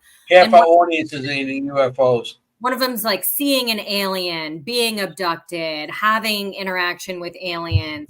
But 5 is human initiated contact. And you can do that by doing a very specific meditation. There's other ways to do it, I'm sure. But the way that I know is a very specific meditation from Dr. Stephen Greer. And you raise your vibration during this meditation, and it calls to the ones whose vibration is matching. So it's not calling to anything that's malicious or harmful. However, if there's a bunch of people doing it, if anybody has a bad intention, or if anybody, thinks it's a joke or whatever, it's not going to work because their vibration is not going to go where it needs to. So we're doing this CE5 at this residential horse ranch location that had UFO sightings, Bigfoot sightings, and spirits, Native American stuff. And so we're sitting, 88 acres, wide open sky. We're doing this beautiful meditation, and there's horses behind me. And I'm sitting in this chair, and all of a sudden I see, and for people who don't understand, when you're psychic medium, you see in your head, you can see physically, but you can also see here, but it's different than your imagination. Right. And the more you do it, the more you're able to differentiate what is your imagination and what isn't. So I see this Bigfoot thing. That's the only thing that I think it could be. It was very shaggy. It was very dark. And it was coming towards me, and I could see it. And normally when something comes, I'm just like, bring it. Like, whatever. Like, get close to me. I want to feel your energy. I want to know what's going on.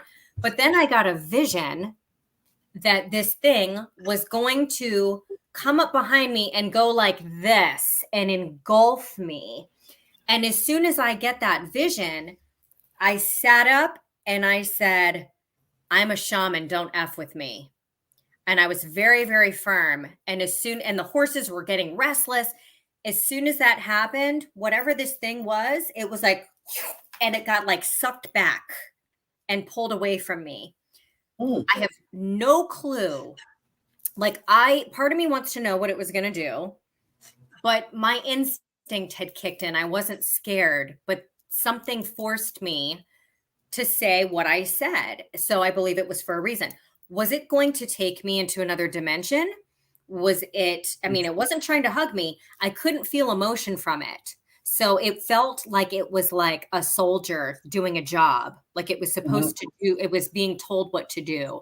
And I believe that they were mining on that property, that the UFOs were mining something that was in the earth.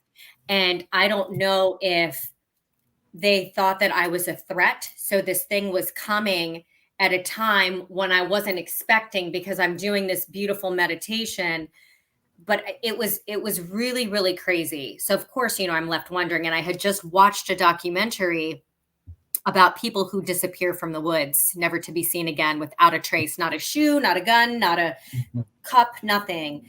And some of these people, are very well versed in surviving in the wilderness and have taught other people how to survive. And they went out with their family, and they were, not too far away from each other. And then all of a sudden, one guy's just not responding on the radio, and they can't find him. And he's just disappeared without a trace. There's nowhere he could have gone. I mean, these things, I just seen all this stuff. So I'm like, something makes me feel like they're being pulled into another dimension. And so I'm like, was that what was going to happen to me? Like, where was it going to take me? So on that same property, my first experience, we were in a barn, and we had, some equipment on either end of the barn. The far end of the barn, everything starts lighting up, going off, acting crazy. And everybody's like, and then something's like telling me, look the other way. So I look the other way, and I see a fence, and it was one of those wooden open fences that they have at farms. And I see what looks like a giant horse. and it's moving from left to right, but it was gliding. It wasn't walking like a horse. It was gliding, and the hair was just like the way that the hair was going. It was really creepy, and It was like Predator. right. But it was too big to be a horse, and I'm like, oh my God, what is this? So it disappears behind a tree. We run out there. There's nowhere where this thing could have gone because it was just that tree. And then there was a house over here, and then everything was open. There was nowhere for this thing to go. It had just rained. And the next morning, I had left.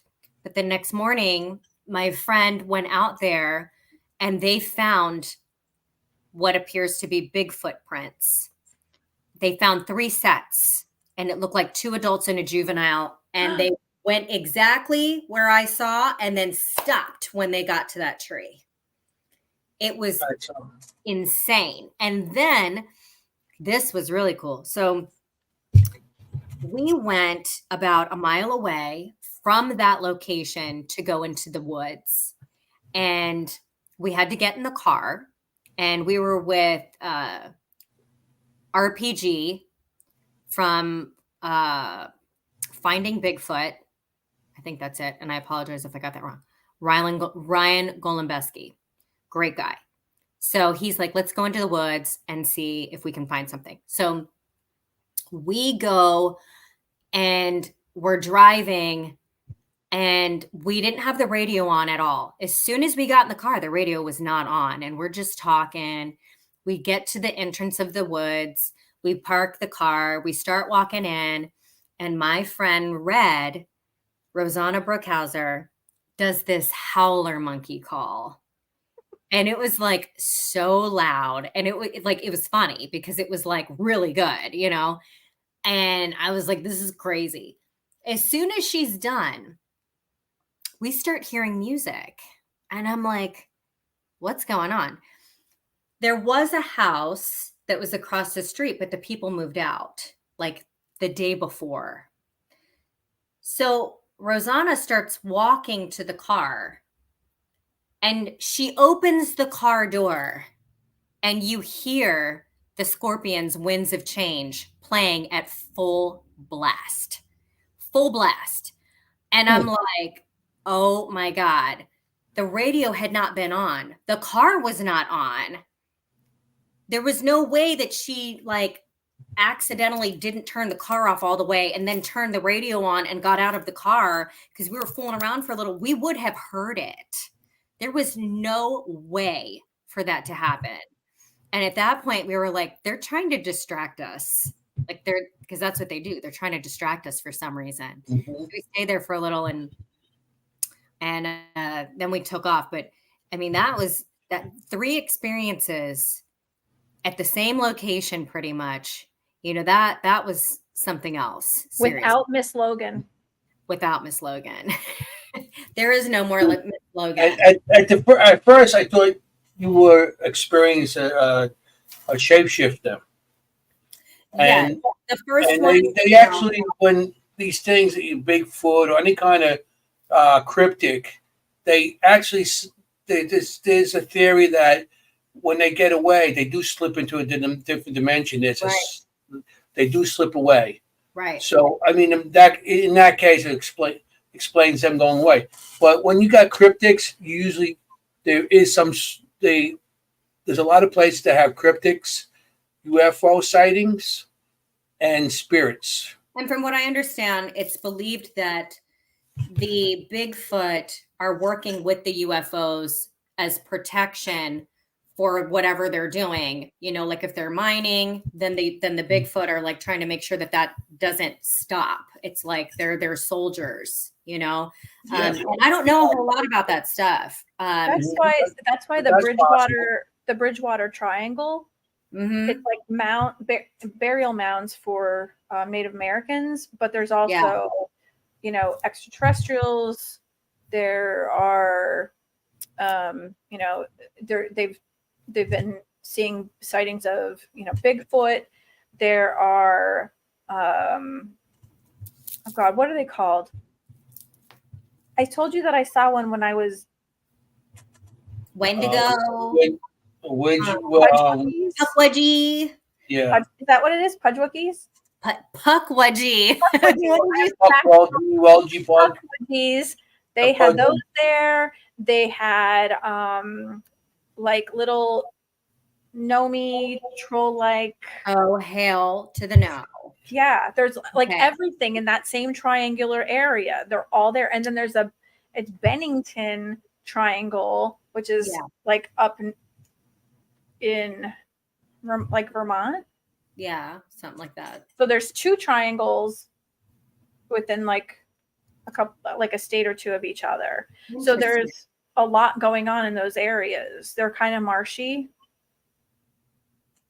Interesting. But everything in that triangular area. So it's like alien, Bigfoot, Puckwudgies.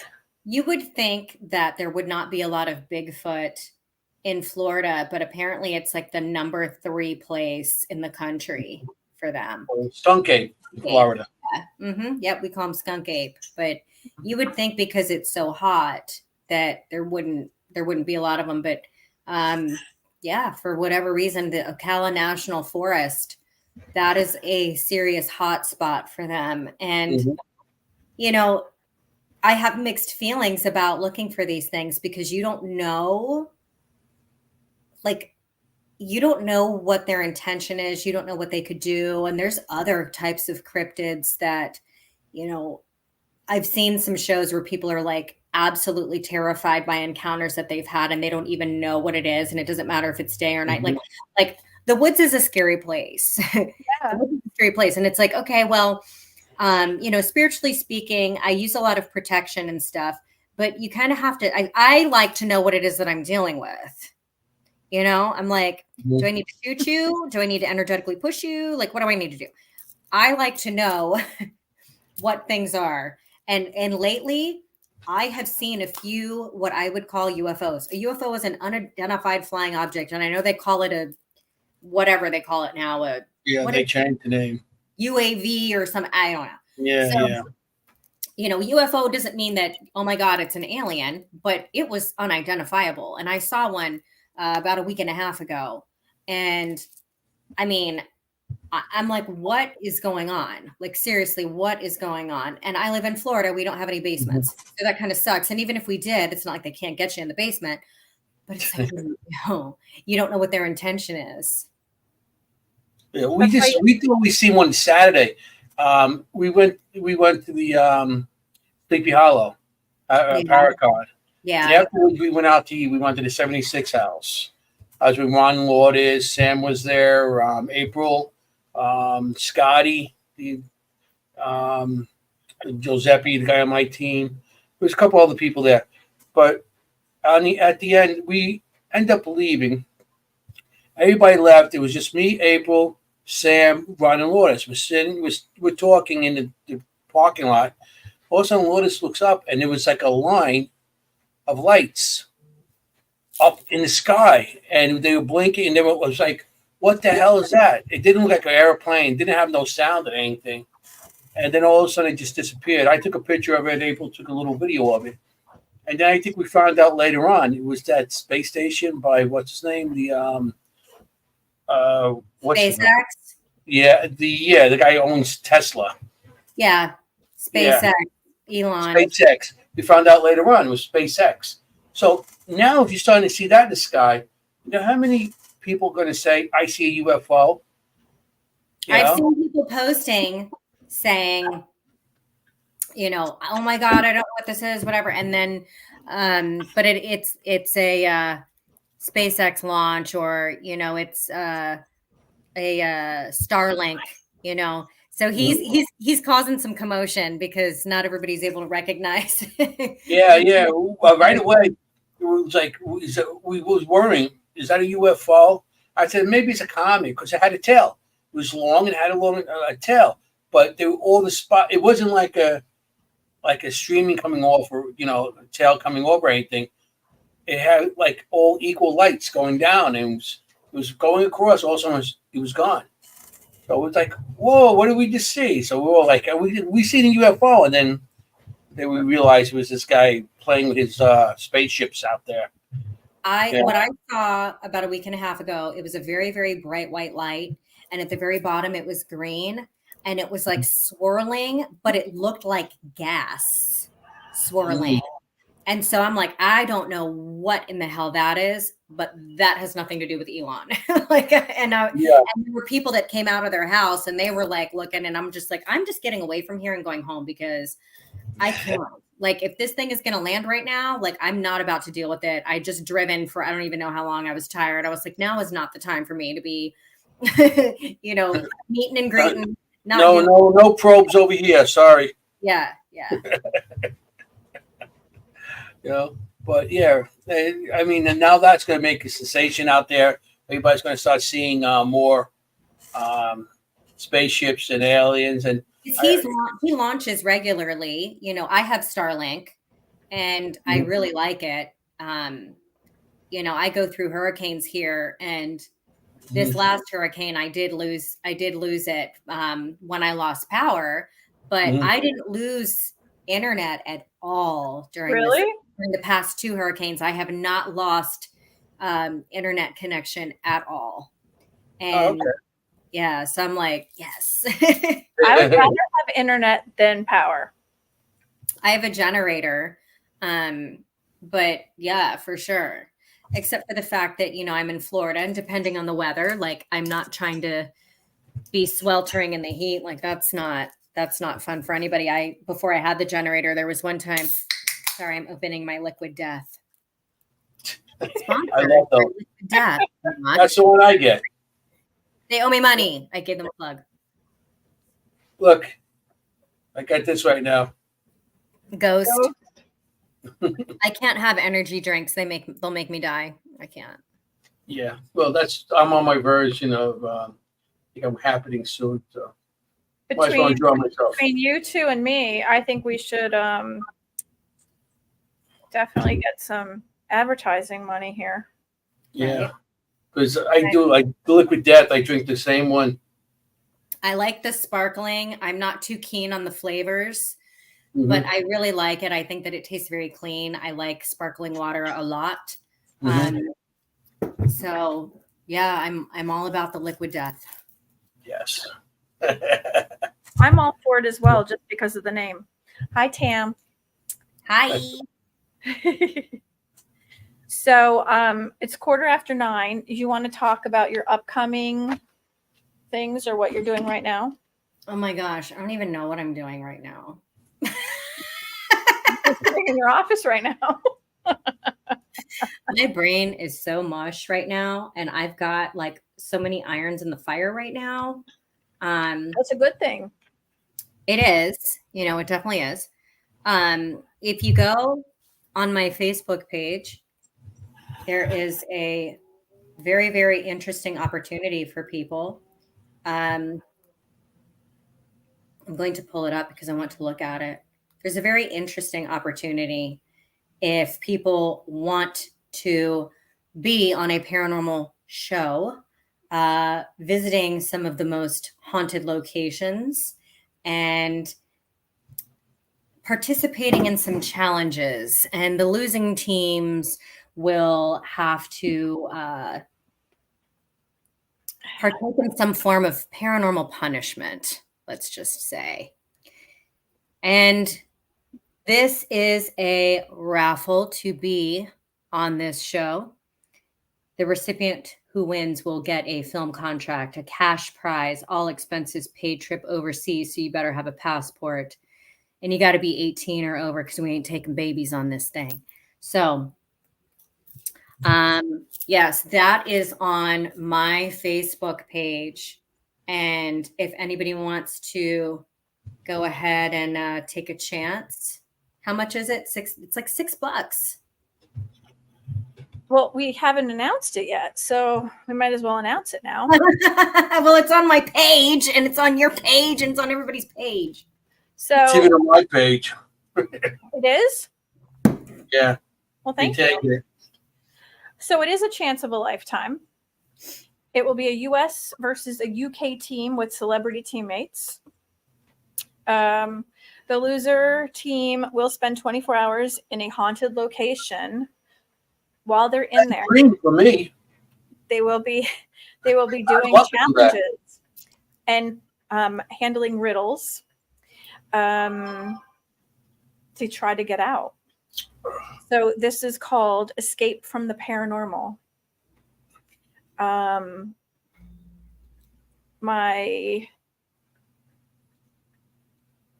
My friend Alfie MacArthur, who stopped in earlier, along with Tammy, who is Savage Alpha Wolf, and myself, we are producers and creators.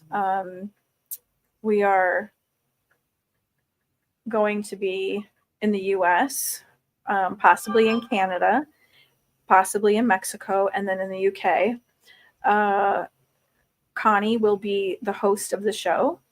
Surprise.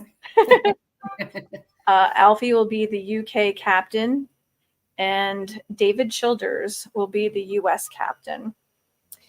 So, Tiffany, I was just talking about you earlier, and Miss Logan. I'm going to be the psychic medium of the team. Tammy is going to be the lead investigator, and hopefully Anthony will be able to tear himself away for a little while to hopefully be part of the camera and sound crew. We would love to have him with us. So we will be traveling for quite a while. Tickets are available. It will be a prize draw. It is in British pounds, but it will be converted on all of our pages. It is legit. We are going to be selling merchandise as well. We have $6 for a ticket. It's $6 a ticket.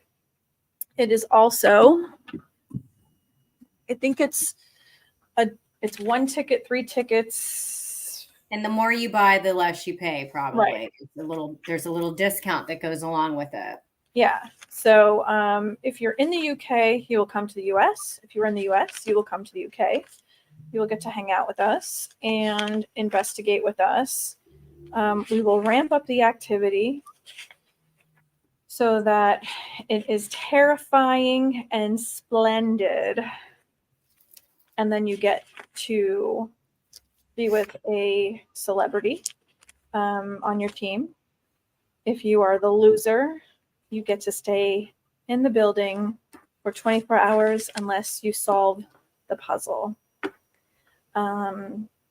It's going to be a smashing good time. This is hardcore. This is not for the weak. So if you think that you have what it takes, Try it. Come on. Try it. Let's do it. We have twisted minds, and we will change things and twist things as we roll. So come to our pages. We also have a page called Escape from the Paranormal. We will have Anthony as a consultant as well. He will help us design. Anthony and I, with Tammy, are also going to be planning another show as well. Actually, there will be 2 shows. Yeah, as Tammy says, test your might and face your fears. You will be locked in this building, and you will have to try to find the key to get out. Connie, I know you have some big Paracons coming up and some other things coming up with our other friends. Also your business. Yes. So, yes. Tell everybody about that. Medical Center is in Brandon, Florida. I do also work remotely. I do shamanic healing. I do hypnotherapy. I do everything from smoking to weight loss to past life regressions. But anything that I do in person, I can do remotely as well. I do want to mention I am posting. I know that it's early about Interstate Paranormal Research's holiday toy drive. So I am actually posting that because they are trying to bless 2 very deserving families with some donations to make sure that they have a happy holiday. So I'm going to post that on my page shortly. I will be at Hinsdale House I will in December. That's on my page. I will be in Salem at that Paracon. That I believe is November 11th. I will be in a few places in January, and I can't even remember off of the top of my head where. I'll be at the Knickerbocker, and I don't remember the date for that. It's awesome. I seen you post that. I know. I came prepared. So, go to my page and check out all the goodies that I have there. But yeah, like I'm very excited for all of the opportunities and, the traveling and the challenges and the people that I get to hang out with. And I'm just very, very blessed to be able to do what I'm doing. And yeah, if anybody needs help with a haunting, you can reach out to me. And if you are not in Florida, I can still help you through the Warren Legacy Foundation for Paranormal Research. And, we're the type of people that we don't turn our backs. So I have been on teams before where if we were not able to help, let's say that there was something else going on that needed to be addressed, they wouldn't help them. And we don't do that. We see you through it. We help you no matter what it is, as best as we can, as long as, the person is willing to be helped. But yeah, I've got a lot of great stuff going on. And there's some things that I've got that are coming up that may be coming up very, very quickly that I can't talk about just yet. Yeah, there's this other one that I can't talk about. Don't you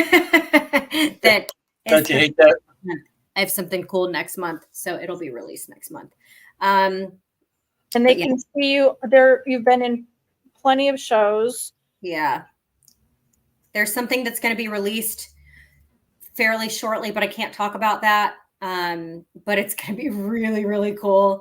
And it'll be on a major network. So I will I hate it when people are like, stay tuned. I don't like that. I don't like saying that. Well, I mean, you have NDAs that you've signed, just like ours. I mean, ours will be on a major streaming network as well. And we can't release what that's going to be yet, but stay tuned.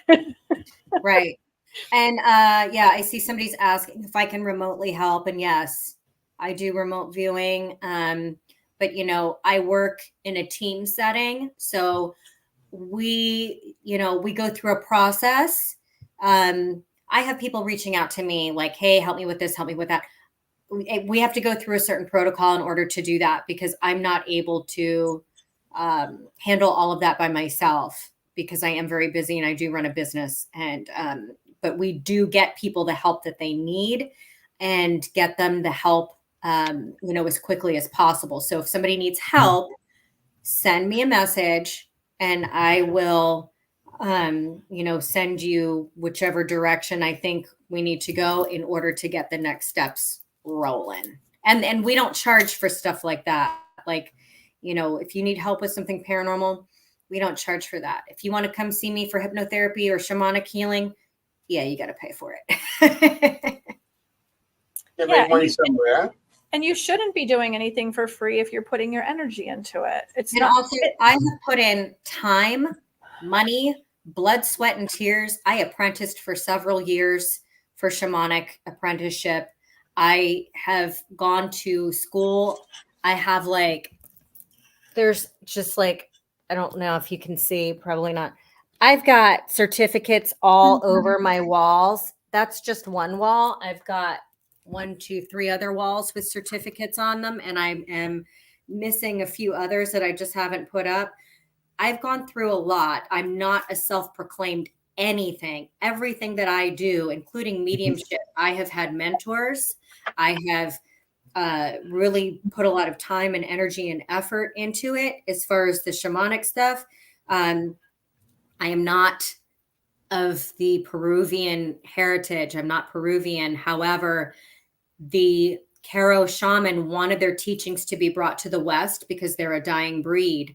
So they wanted us to learn from them and to be able to utilize their practices in order to help because, by helping one, you're helping to heal the world. So I have their blessing to do what I do. I am a full Mesa carrier, which is different than somebody that is just a self-proclaimed shaman. And if people don't know what a shaman is, a shaman essentially is somebody that walks between worlds. I work in the spirit realm. I do send my consciousness to different places. I do go into heaven. I do go into the middle world, which is this realm. And I do go into the lower world, which is exactly what it sounds like. So you're a shaman, not a Sherman. You're right, not a Sherman.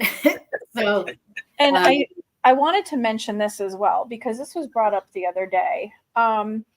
Someone said in a post that, you know, if you have abilities that they feel like you shouldn't charge for it, because if you were born with abilities that you should just be helping people for free. This is not something like it can be dangerous. It is something that drains you. You do have to work at it, and you do still continue to train. Like people have said that I'm a self-proclaimed psychic medium. I've actually gone for training. I have lots of certificates as you do, Connie, and it does actually harm my health as well. I've had attachments. I've, you know, gotten very sick. I've had to go through, you know, the same things. It's not something that is like Michael Jordan. He has a talent. He played basketball. He got paid for it. right. You're taking away from your time, your family. You go out of your way. You do the traveling. You might have to travel far sometimes.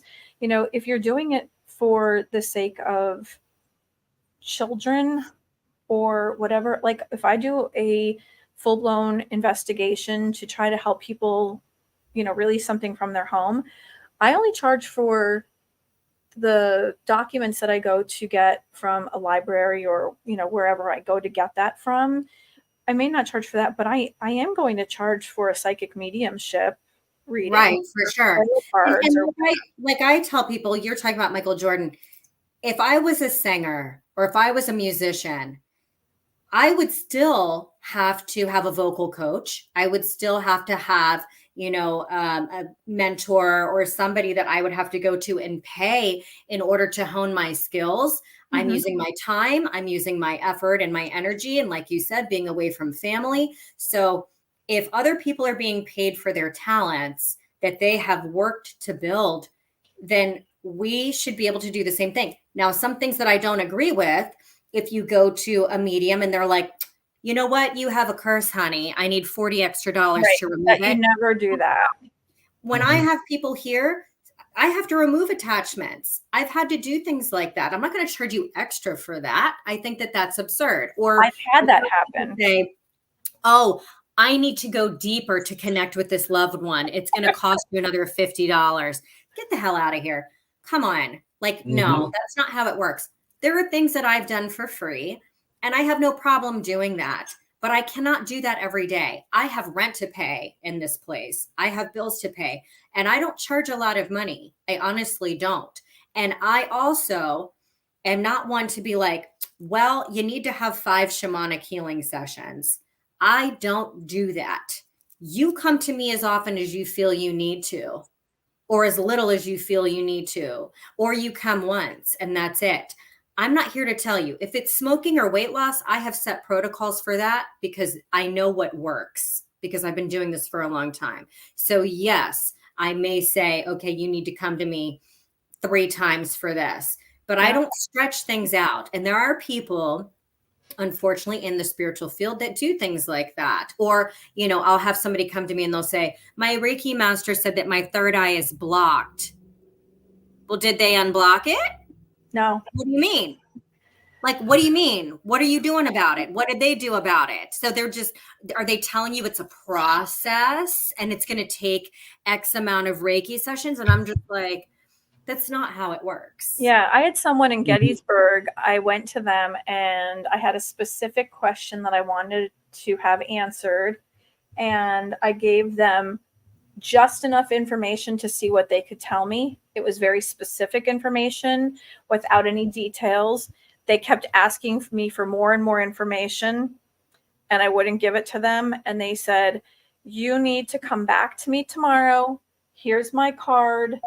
Bring $400 with you, and we will remove your curse.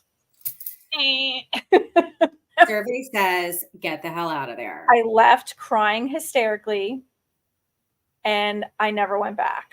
Why didn't you tell me? Well, this was This was a couple of years, 3 years ago, I think it was. That is gross. Yeah. And it fixed itself. That's gross. Yeah. Yeah, Stephanie, that was what happened. Hi, Bobby. I absolutely despise that. And you know, I was disgusted. It gives us a bad name with what we do. There's just so many people out there that unfortunately do not have good intentions. And that's why I tell people, don't go and get a reading from just anybody.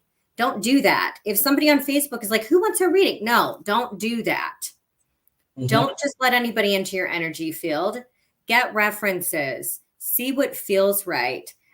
Find out what their process is. You know, if they're going to be asking you a whole bunch of questions, you know, it's like with locations, I like to go in completely blind. I don't want to know what's going on.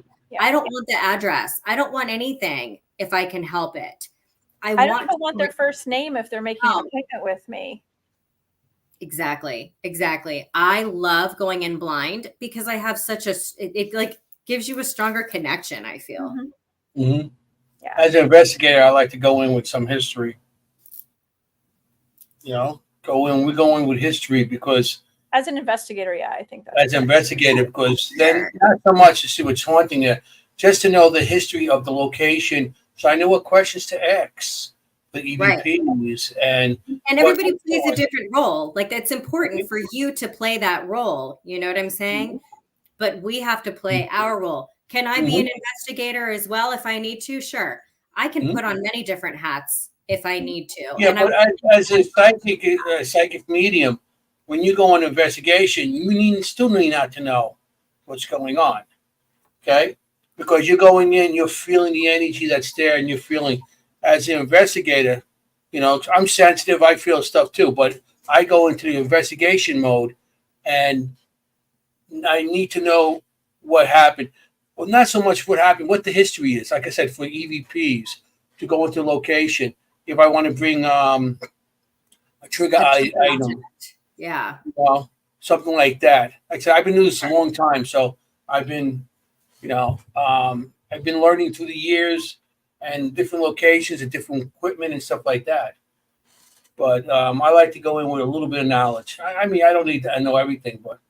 Yeah. I usually get information about where I'm going about 3 to 4 days in advance, usually about like the time frame of what the building is, like if it's 18 something or early 1900s.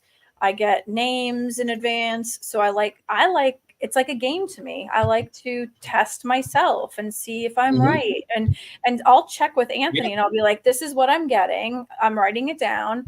And then I'll say to him, this is what I got. And he'll sit there with a smirk on his face. Check me. It's like I'm very cold when it comes to reading. I'm a little hard to read because, well, not everybody, but to a lot of people, because I go in and you might ask me, well, I'm getting this on you. I'm getting this. I'm like, and I play poker face. Stone cold. I read it. Stone cold. Yeah, I mean, I dealt with a lot of psychics through the years, and not everyone I came across is true to their craft. You know, it's all money, and that's all they care about. And I'm in it for a different reason. I know a lot of psychics are. You're there to help people, not to, you know, make money or become rich. Because none of us are going to be rich from this. This is not, you know, anything.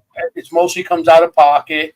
Everything comes out of your pocket, and you know, you might make a couple bucks here and there, but nothing's ever gonna, you know, make you a rich person. You know, this is fun for me, and I like to give people closure, and that's all it is. I'm here for people in spirit. You know what I mean? I honestly, I tried to have a normal corporate job, and I literally was having a nervous breakdown because I didn't fit in and I couldn't figure out what was wrong with me. That was and me.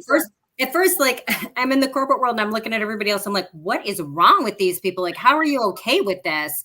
Like, this woman is like celebrating her 30th anniversary being there. I'm like, how are you happy sitting at this desk and you're celebrating it like it's a good thing? And I'm like horrified. And I asked one of my friends, I said, where do you see yourself working in 5 years? And he's like, oh, I'm retiring from here. Like, I'm going to be, and I'm like, that was like so shocking to me. And in that moment, I realized like, I am doing something that I'm not supposed to be doing. Like, I can't do this. Oh my So God, you have to punch in and punch out the rest of your friggin' life. Oh my God. These people are built for that. And that's fine. There's nothing wrong with that. There's nothing wrong with that. For me, I'm at least 5 minutes late for everything. I would like. I know. It's like I'm such a rebel. Time is linear, people. I'm such a rebel. If you tell me that I have to be there on time, it's like I won't, just to spite the situation. If it, you know, like in the corporate world, like I could not be on time because I'm just like, screw you. But yeah, I have to fake myself by putting in my phone where I need to be a half an hour early. Yeah. Yeah, I could never work in office. I could never work in office, not at all. I'm a retired electrician, so I was in the field all over Manhattan, every place there is. So I mean, at least I got different locations, different. You know, I did the same job, but it's not like an office where you come and say sit in the same cubicle for 30 years. I just couldn't do that.